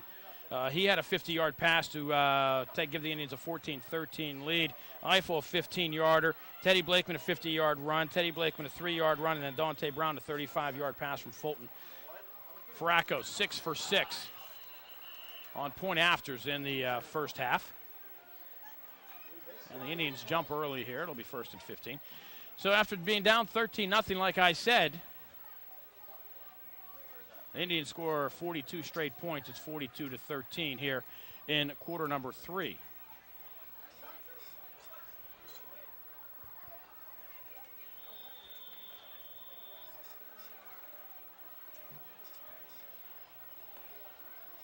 And now the clock's running again. Screen, Brown near side. Breaks 2 tackles, breaks the third, but not the fourth, but does a nice job to get inside the 45-yard line down to the 43. It's 10 yards. And the Indians go with the no huddle. It looks like they want to try to get down, get the points on the board, and get the clock moving. Boy, that first half took forever. Almost 2 hours. Fulton over the middle. Eiffel separated from the football. Nice play by Dylan Plocky of the Foxes. And it'll bring up a third down for the Indians, 3rd and 5. And it's still hot.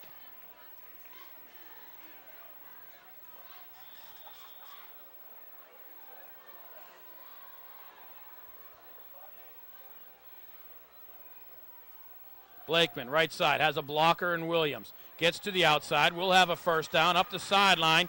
Finally ridden out of bounds. Where are they going to mark him? At the 30-yard line.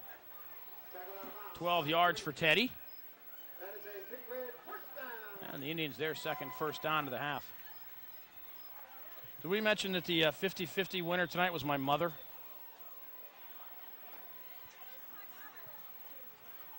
Hey, oh, she had the wrong ticket number. She didn't wear her glasses. Well, I guess it was a good thing I didn't say anything on television.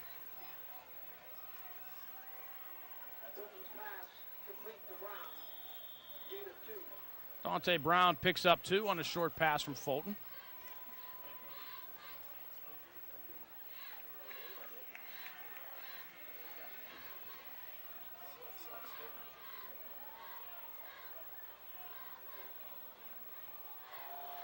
Blakeman tries to find a hole, does. Manages to only pick up about a yard.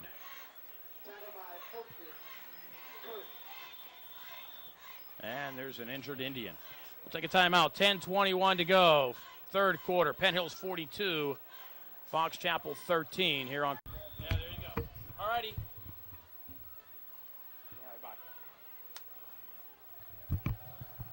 Fulton will throw. Does Eiffel have it? It looks like he does. A flag will come in. Interesting spot for the flag.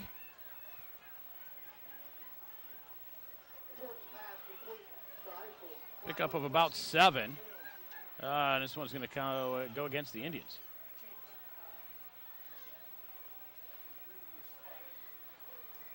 Ladies and gentlemen, once again, here is tonight's winning ticket for your 50-50 drawing. The winner can receive their prize at the press box. Your winning ticket number is 702-7984.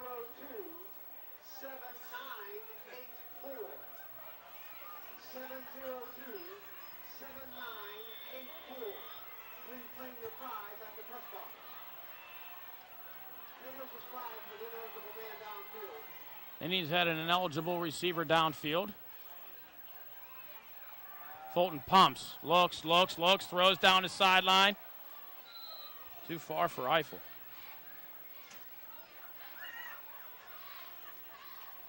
And that'll bring up a 4th down and 13 for the Indians.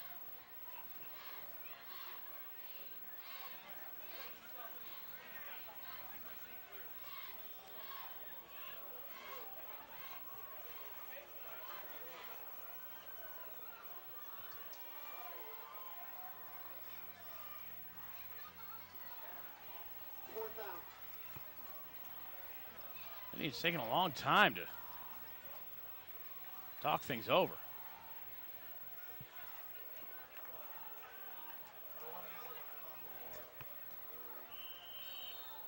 And the Indians will wisely use a timeout. 9:52 to go here, third quarter. Penn Hills 42, Fox Chapel 13 here on Comcast and the MSA Sports Network.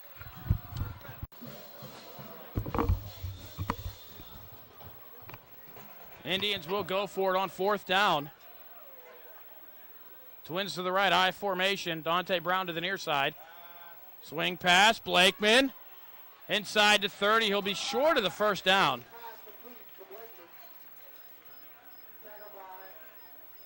Blakeman will pick up 5, and the Indians will turn it over on downs. They were unable to get into the end zone to get the running clock. But now the Foxes will have it. 9:46 to go here in the 3rd quarter at their own 27-yard line.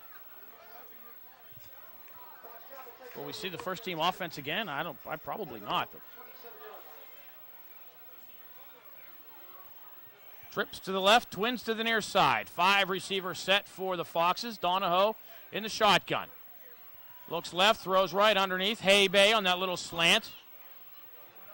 And carries Indians across the 30 to the 34-yard line. 7. It'll be 2nd down and 3.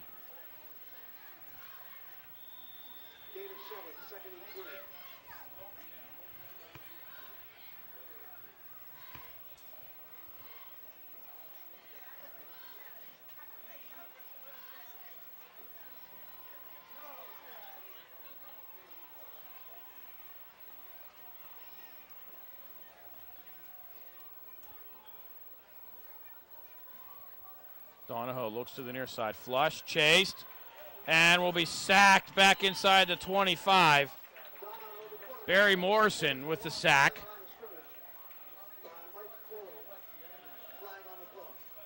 going to be loss of 9. We'll check the penalty flag. If it's a hold, I'm sure the Indians will probably decline it. It is a hold. And a face mask against the Indians. Penalty's offset. We can run the play again.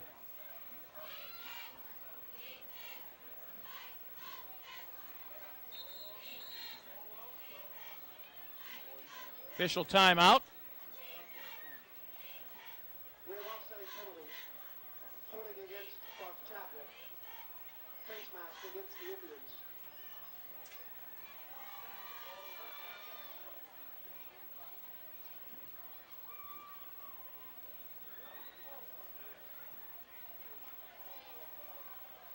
The ball should be up at the 34-yard line, should it not?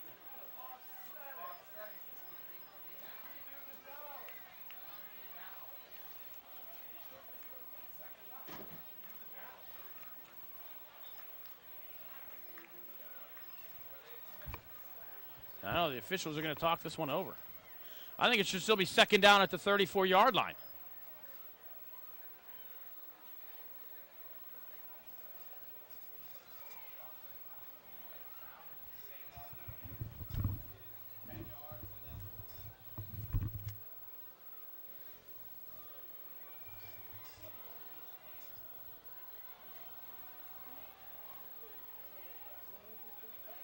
Back to the 34-yard line. It'll be 2nd down and 3 at the 34.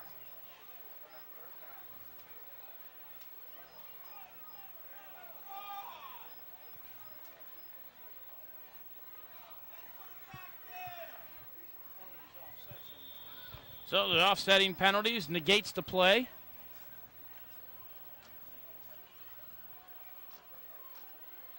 And Barry Morrison loses the sack.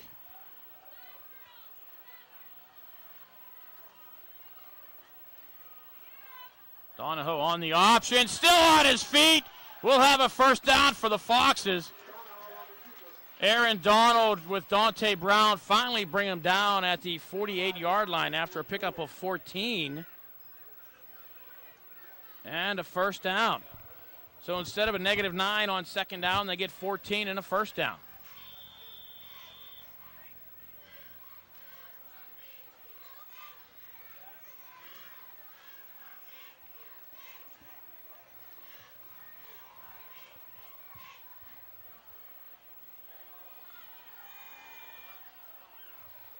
Donahoe looking down the near sideline, has a man, and it's picked off by the Indians. Yes, sirree, Devon Taylor will have it at the 15-yard line.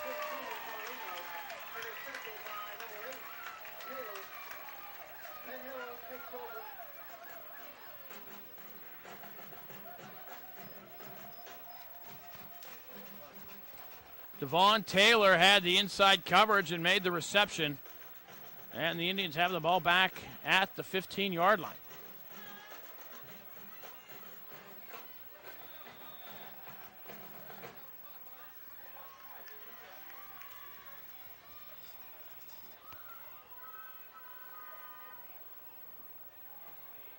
Blakeman hit in the backfield, hit again in the backfield.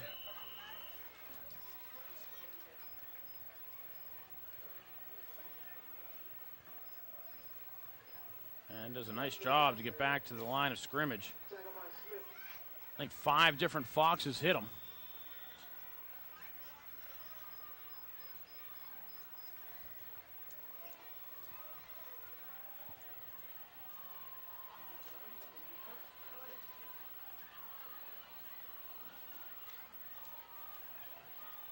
Fulton, straight drop, looking, near side, throws over the middle, Brown.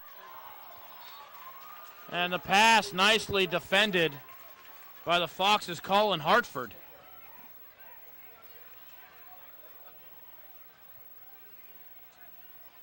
And the clock will stop with 7:08 to go here in the third quarter. Indians looking at a 3rd and 10.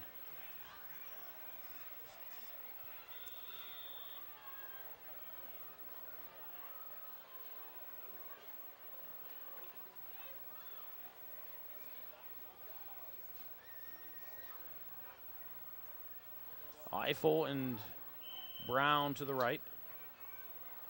And with that, the Indians call timeout.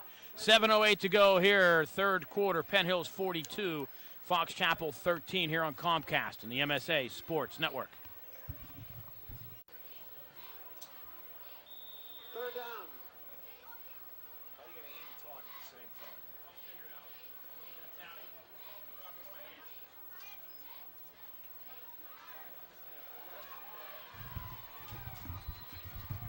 Indians keep it on the ground.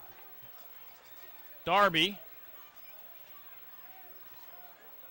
Going to mark him up at the 18-yard line. Gets 3.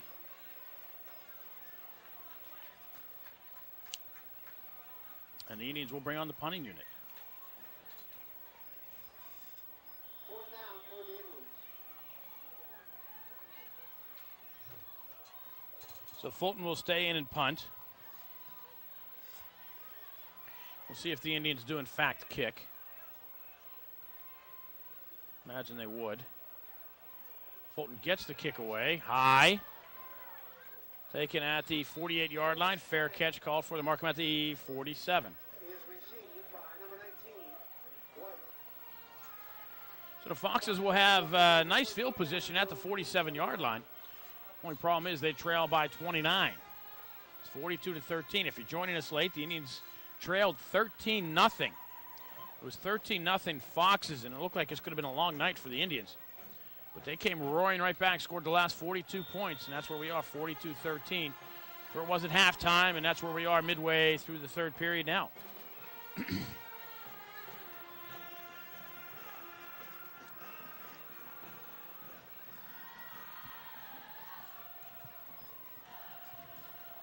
Donahoe steps up in the pocket, throws over the middle on the pass. In and out of the hands of Cody Kirsch.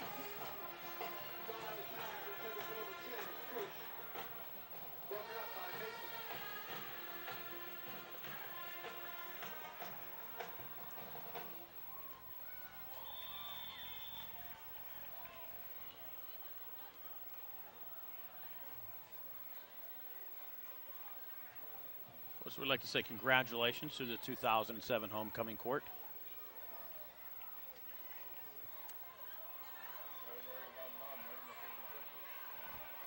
Donahoe flushed out of the pocket and finally brought down. And a penalty flag comes in. Gabe Wright on the pursuit and the tackle, and I think they're going to call a late hit on somebody.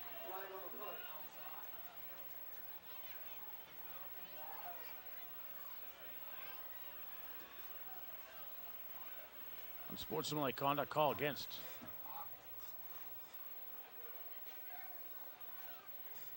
Personal foul, I think.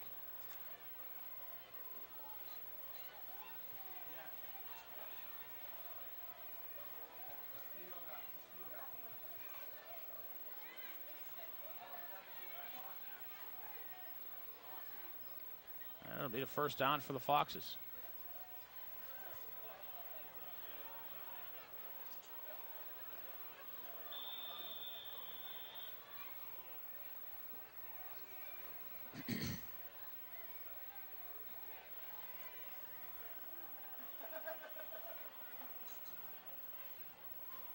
Donahoe steps underneath, throws. And Kirch slid under the tackle of Dan Mason, wisely so. I think Mason was ready to try to take his head off. Gain of 9, it'll be second down and a yard.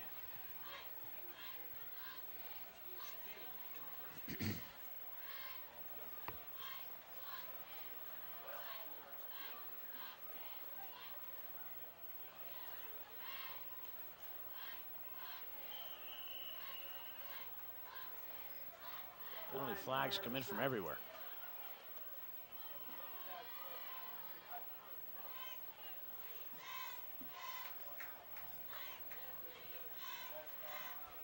False start against Fox Chapel. So instead of 2nd 1, it'll be 2nd and 6. Illegal motion call against the Foxes. Repeat, second down.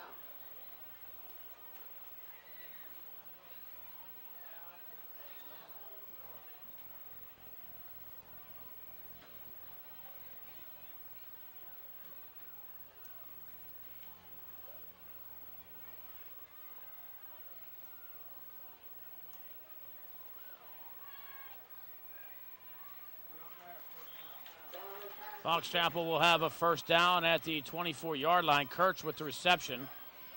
DJ Wilds on the tackle. Kirsch on the reception, tackled by Wilds. That's a Fox Chapel. Gain of 9 and a first down for Fox Chapel. Pickup of 9 on the play.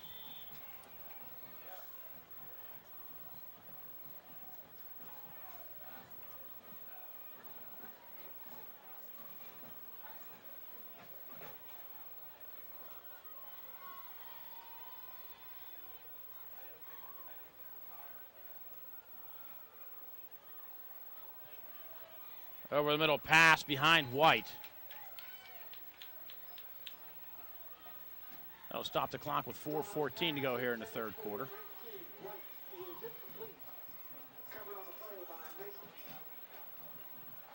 Dan Mason was on the coverage.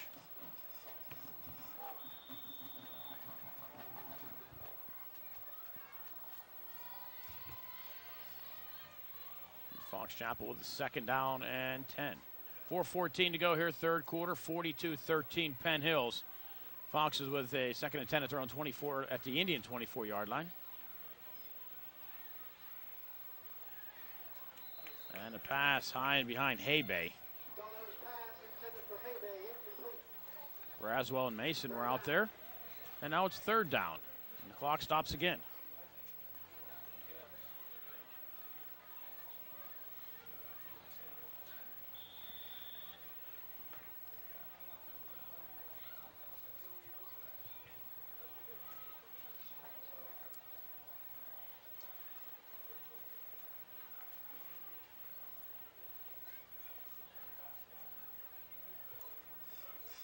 Trips to the near side, twins to the left. Foxes go with the 5-receiver set. And a penalty flag comes in on the far side.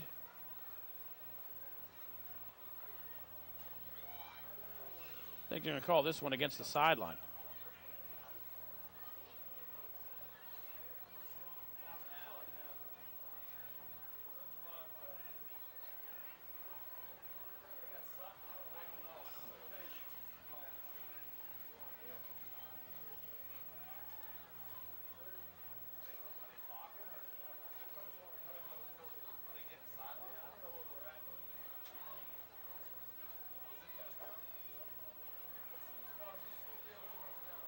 So it'll be a 10-yard penalty and a first down. Fans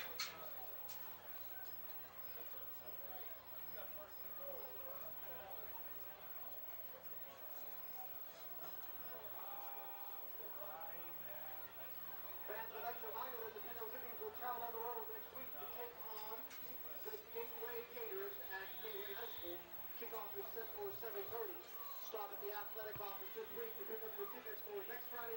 So 1st and 10 at the 12-yard line. Headed to 24, got a 10-yard penalty. It's now at the 12.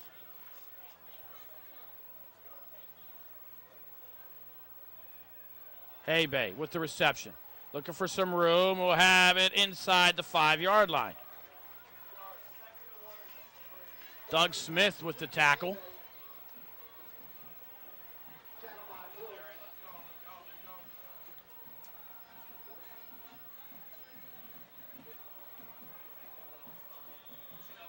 Nine yards on the play. Smith with the tackle.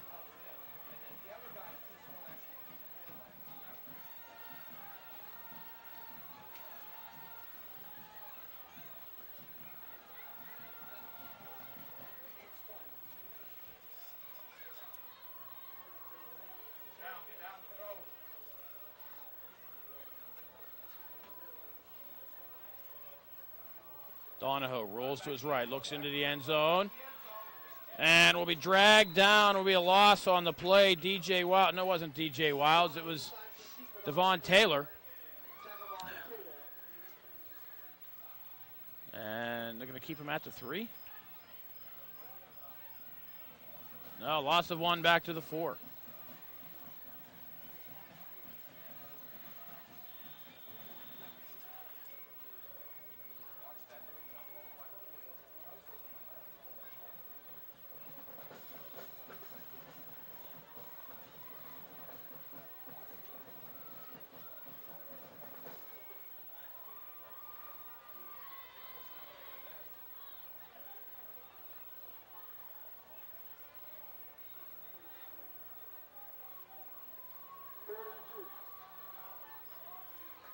They fake the toss, throw over the middle, and a pass incomplete.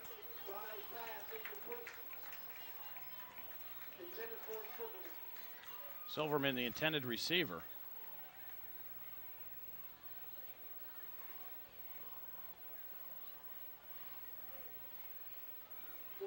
That brings up 4th down and 2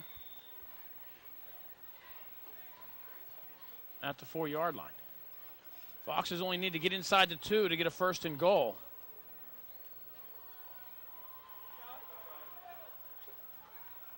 A lot of room over center.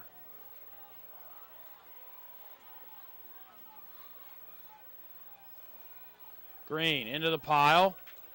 Does he get to the 2? It's going to be close. It looks like he may have it.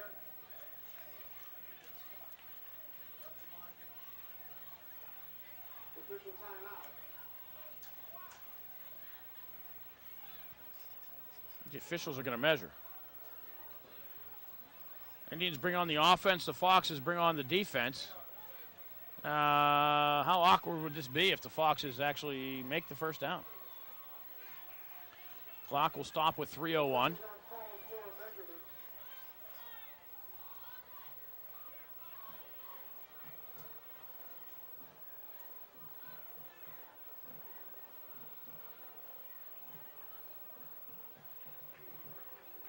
And they are about 6 inches short.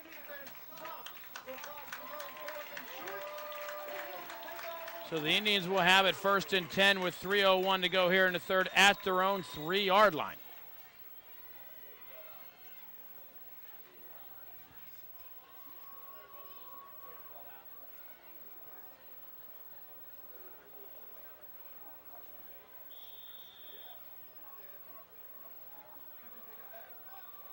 Fulton will throw from his own end zone over the middle. Dante Brown rolls under it at the 20-yard line. No, they're going to say it's incomplete. And Brown is hurt. 2:57 to go here, 3rd quarter.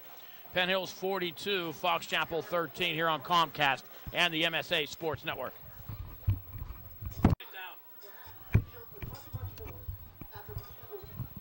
From their own end zone, the Indians keeping it on the ground. Teddy Blakeman out to the 4-yard line. Officially a yard, and it'll be 3rd down and 9.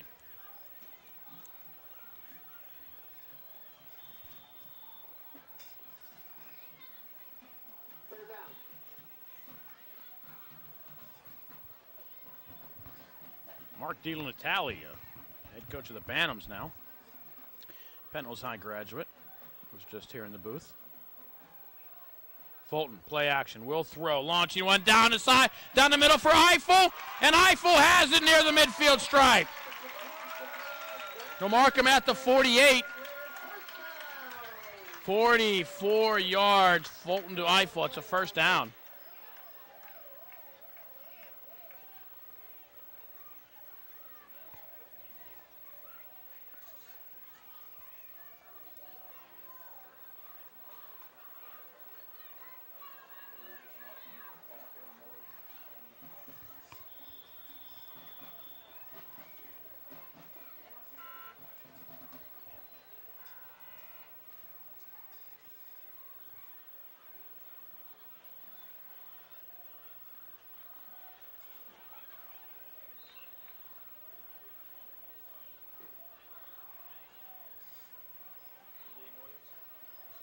Blakeman on the carry.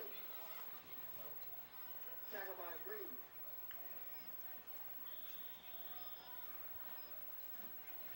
Teddy Blakeman with the carry. They're taking somebody out on the stretcher on the track on the near side. I was watching that. But Blakeman picks up 7. 2nd and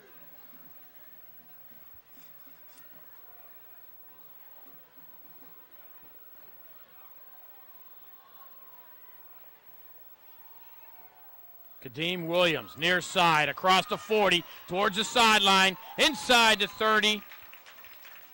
Mark him down at the 29-yard line, 15 yards for Kadeem Williams, and that's a first down for the Indians. So clock will stop while they move the sticks. That game is good for another big red first down.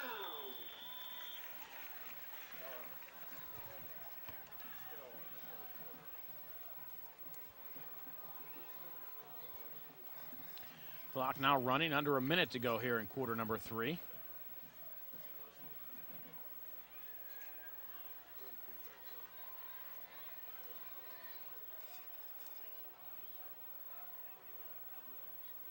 Indians fake the end around to Darby.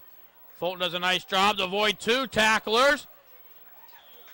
Does not avoid the 3rd, but will take it down to the 22-yard line. 7 yards for Tommy Fulton. It'll be 2nd down and 3, and the clock will continue to run. Being about 7 on the play. 2nd and short. I think the Indians may not need to run a playoff here in the quarter, and they don't. They'll let it run out. That's the end of the 3rd quarter. After 3 quarters of play, the score, Penn Hills 42, Fox Chapel 13. Back for the 4th quarter here on Comcast and the MSA Sports Network.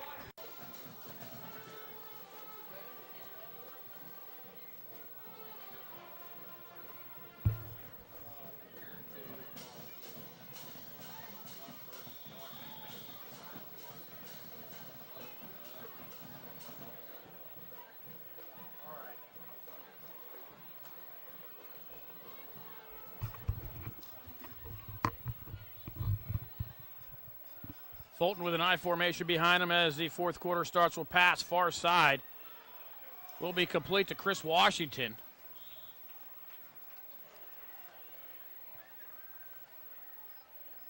And Chris Washington, no gain on the play. It'll bring up a 2nd down and 3.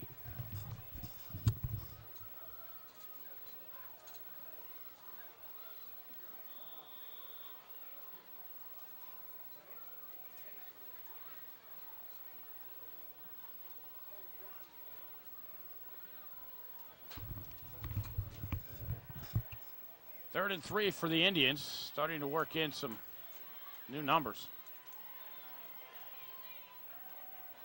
Levon Robinson right side, inside the 10-yard line. Robinson will give the Indians a 1st and goal at the 9-yard line. 13-yard pickup.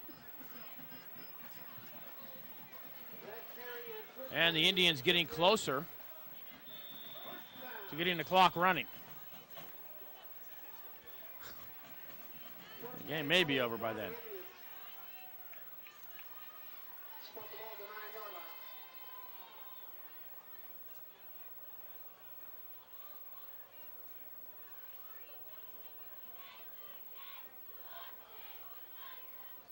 Robinson behind the blocks of Tom Pryor will waltz his way into the end zone.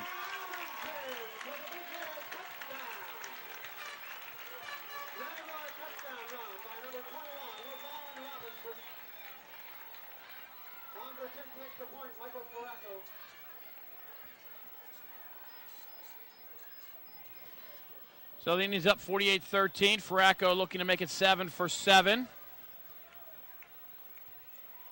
And the Indians now up by 35, so the clock should be running the rest of the way through. And no, Fulton will come on and probably take a knee. And he does. Bless you. So 10:45 to go here, fourth quarter. The Indians up 48-13. And the clock can run the rest of the way. It will stop on changes of possession and penalties and injuries.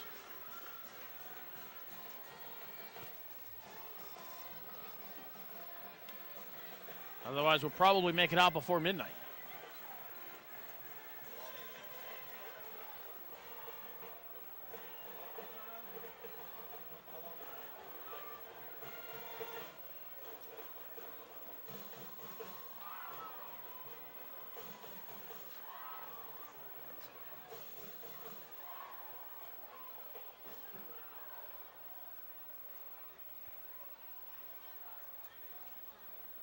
Indians taking a long time to talk things over in the huddle.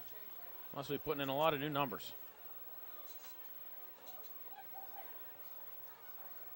And I believe they are. Keene's going to be doing the kickoff.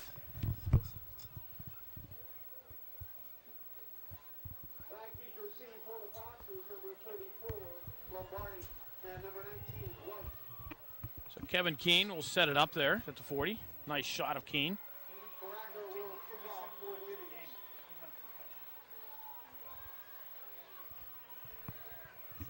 Mike Faracco gets a break, and Keene kicks it off and falling on at the 35-yard line.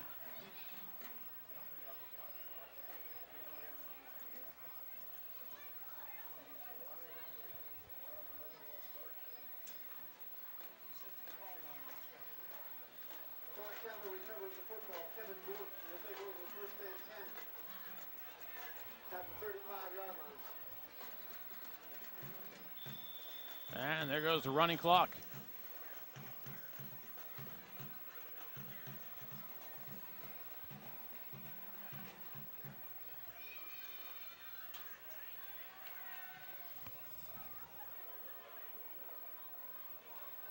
New quarterback in for the Foxes on his first play will get sacked. No, actually he's going to pick up a couple yards as the Powell will move ahead.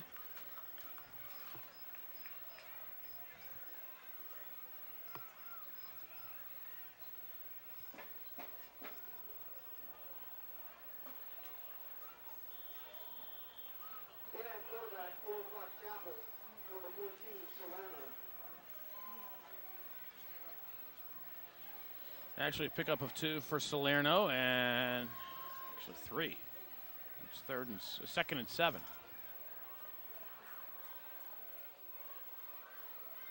And Salerno sees the Red Sea before him.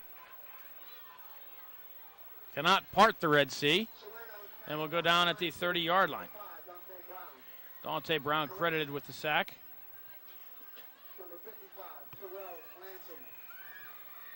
Terrell Glanton. It's 2 5s, not a one single 5. Terrell Glanton with the sack.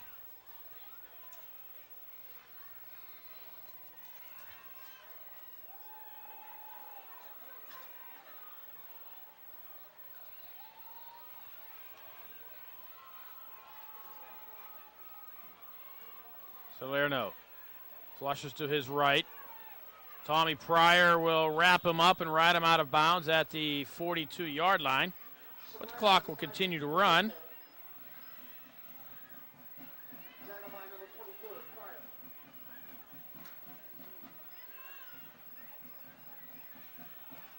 Pickup of 12 and it'll bring up a 4th and about 2.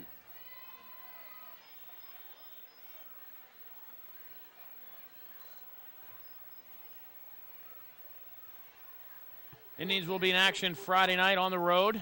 On out to Monroeville. Take on the Gateway Gators. We haven't been out there for a while. See their new stadium.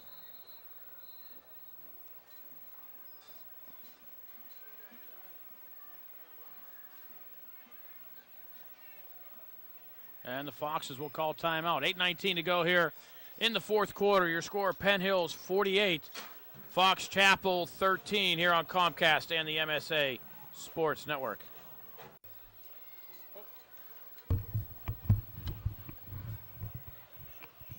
Following the timeout, Fox is looking at a 4th and 1. And they'll have the first down and more. Monte Green inside the 45, finally ridden down in Penn Hills territory at the 41-yard line. 16 yards for Green. That's a first down. Clock will stop while the officials set the sticks.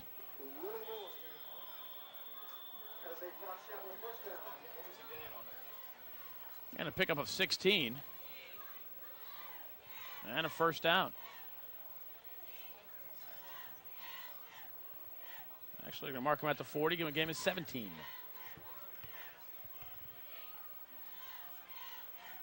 Slater fakes the handoff pass. Complete. Fox Chapel will get the ball down to the 26-yard line. Silverman with the reception.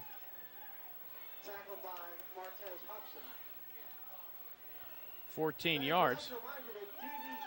And Salerno is slow in getting up. So we'll take a break.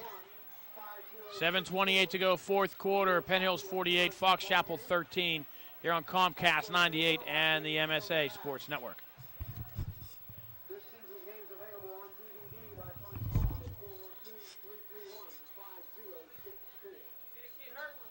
Don't forget to remind the Penn Hills goes on the road next week as they take on the Gateway Gators at Midway. Kickoff set for 7:30. Get your tickets this week at the athletic office. And Penn Hills' next home game will be 2 weeks from tonight, October 19th, as they play host to the Fort Mustangs as senior night continues here at Penn Hills.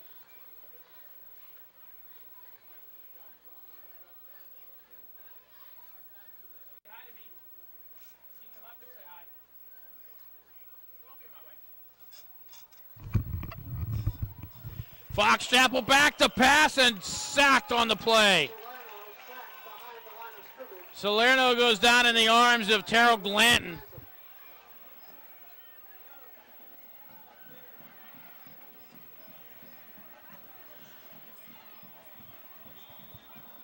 And Fox Chapel will lose 6. Second down.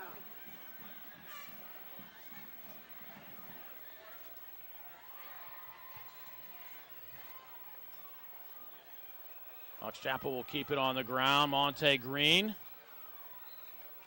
holds on to the ball and goes down at the 22-yard line. Chris Marable with the tackle.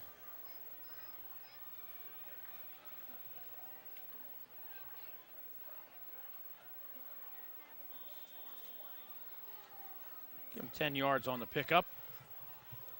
And Fox Chapel looking at a 3rd, and we'll call it 6. Clock approaching 6 minutes and running.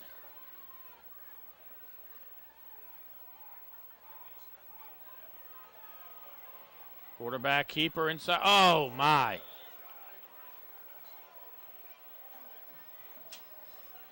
Salerno dropped on the play by Terrell Washington. And also the big stick by Reynold Mickle.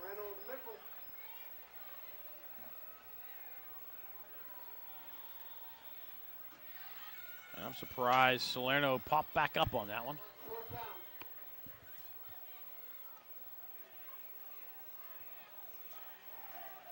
Fulton, 333 yards passing tonight. That should put him in the paper tomorrow.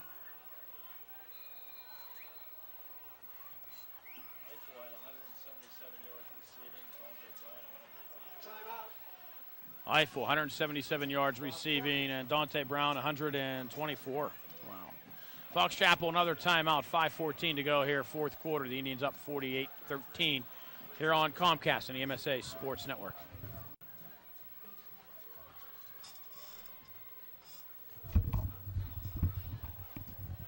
Clock continuing to run. It's 4th and 4 for the Foxes. Salerno rolls near side, under pressure. Gets the pass away. It's completed. It'll be 1st and goal, Foxes. Nice job, Cody Kirch with the reception.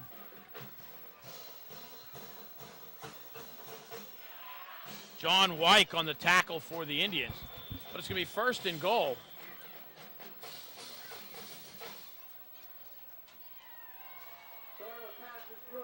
After the pickup. And it'll be 1st and goal at the 5. Clock rolling under 4 minutes to go here in the game. Foxes trail by 35. Salerno keeps it himself and does not get into the end zone. Kind of slipped trying to make a move, but Willie Moore will drop him. At the 2-yard line, 3 yards. It's 2nd and goal.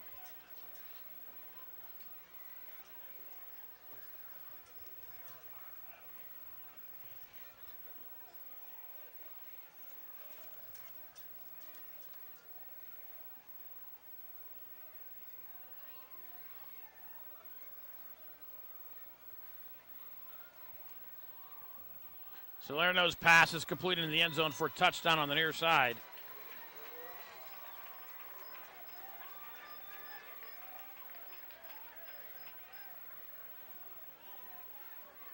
Salerno's pass is complete to Donnie Sipple for a Fox Chapel touchdown. So Fox Chapel on the board for the first time since early in the first quarter. 3:03 to go in the first quarter that Fox Chapel last scored. And the kick is up and good. 3:45 to go here in the fourth quarter. Your score, Penn Hills 48, Fox Chapel 20 here on Comcast and the MSA Sports Network.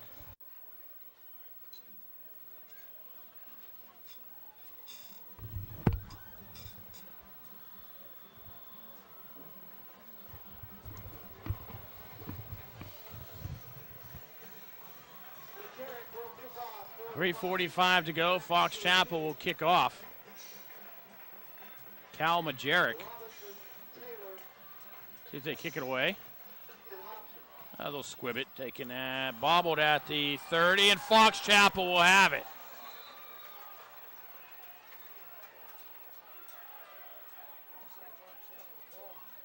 Fox Chapel will have it at the 34-yard line.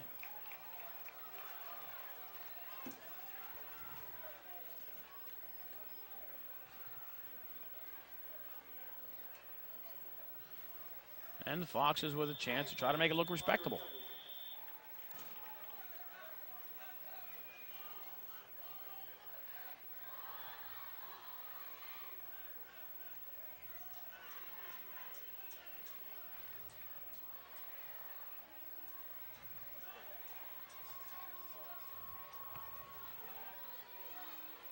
Green goes right side, inside the 20.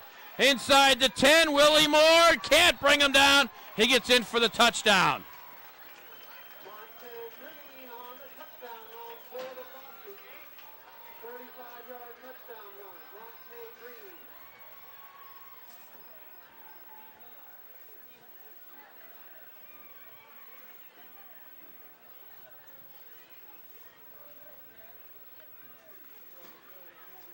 So Fox Chapel with an opportunity to make it look respectable.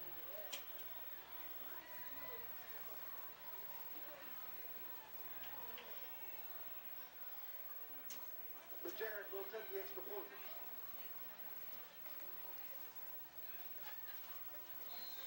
Majerick's kick is up. And he missed to the right this time. 3:11 to go here in the fourth quarter.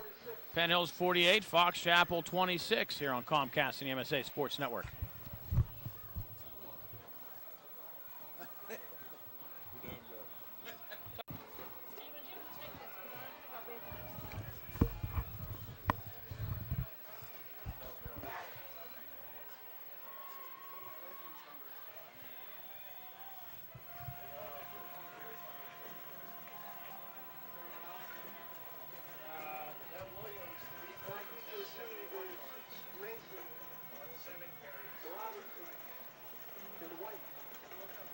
Fox Chapel to kick off again. Another squib kick. Falling on this time.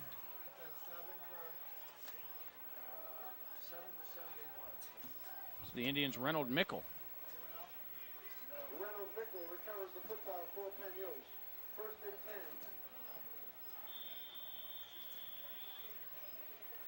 So now the clock will be rolling under 3 minutes.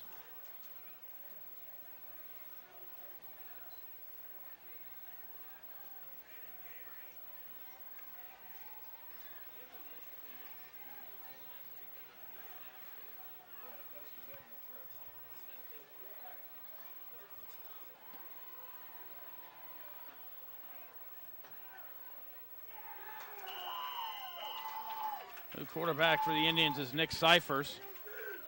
Down quickly is Stephen Pepper. He'll lose 5 to Fox Chapel Foxes.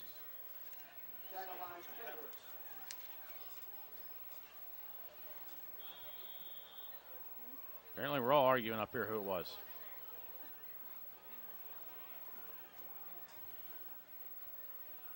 I'm sticking with Pepper.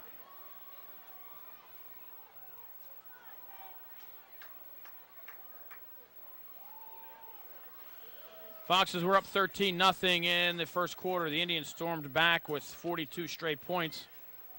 Actually, 48 straight points. They were up 48-13. The Foxes score a couple of touchdowns here late to make it 48-26. Some stats. Tommy Fulton, 333 yards passing, receiving yards. Brandon Eiffel, 177, a couple of touchdowns. Dante Brown, 124, a couple of touchdowns. Teddy Blakeman, 15 carries, 98 yards. Cyphers in that quarterback for Penn Hills.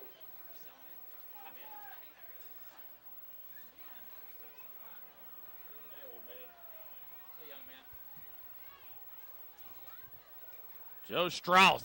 Strauss is in the booth. Pepper runs into his own man. We'll get back to the original line of scrimmage. Stephen Pepper, the ball carrier again. And the Indians will have a 4th down. Clock rolls under a minute. Mercifully.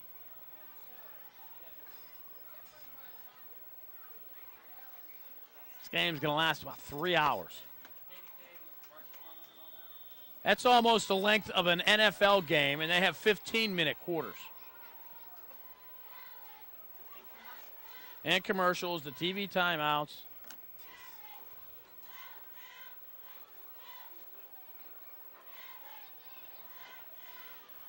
Cyphers letting the clock wind down. It's 4th down. I think he can just take a knee. No, they'll run a play. Peppers! Looked like he had a shot at the first down. We'll pick up 9. The clock will stop with 13 seconds to go, and I don't think Fox Chapel will even be able to get a play off.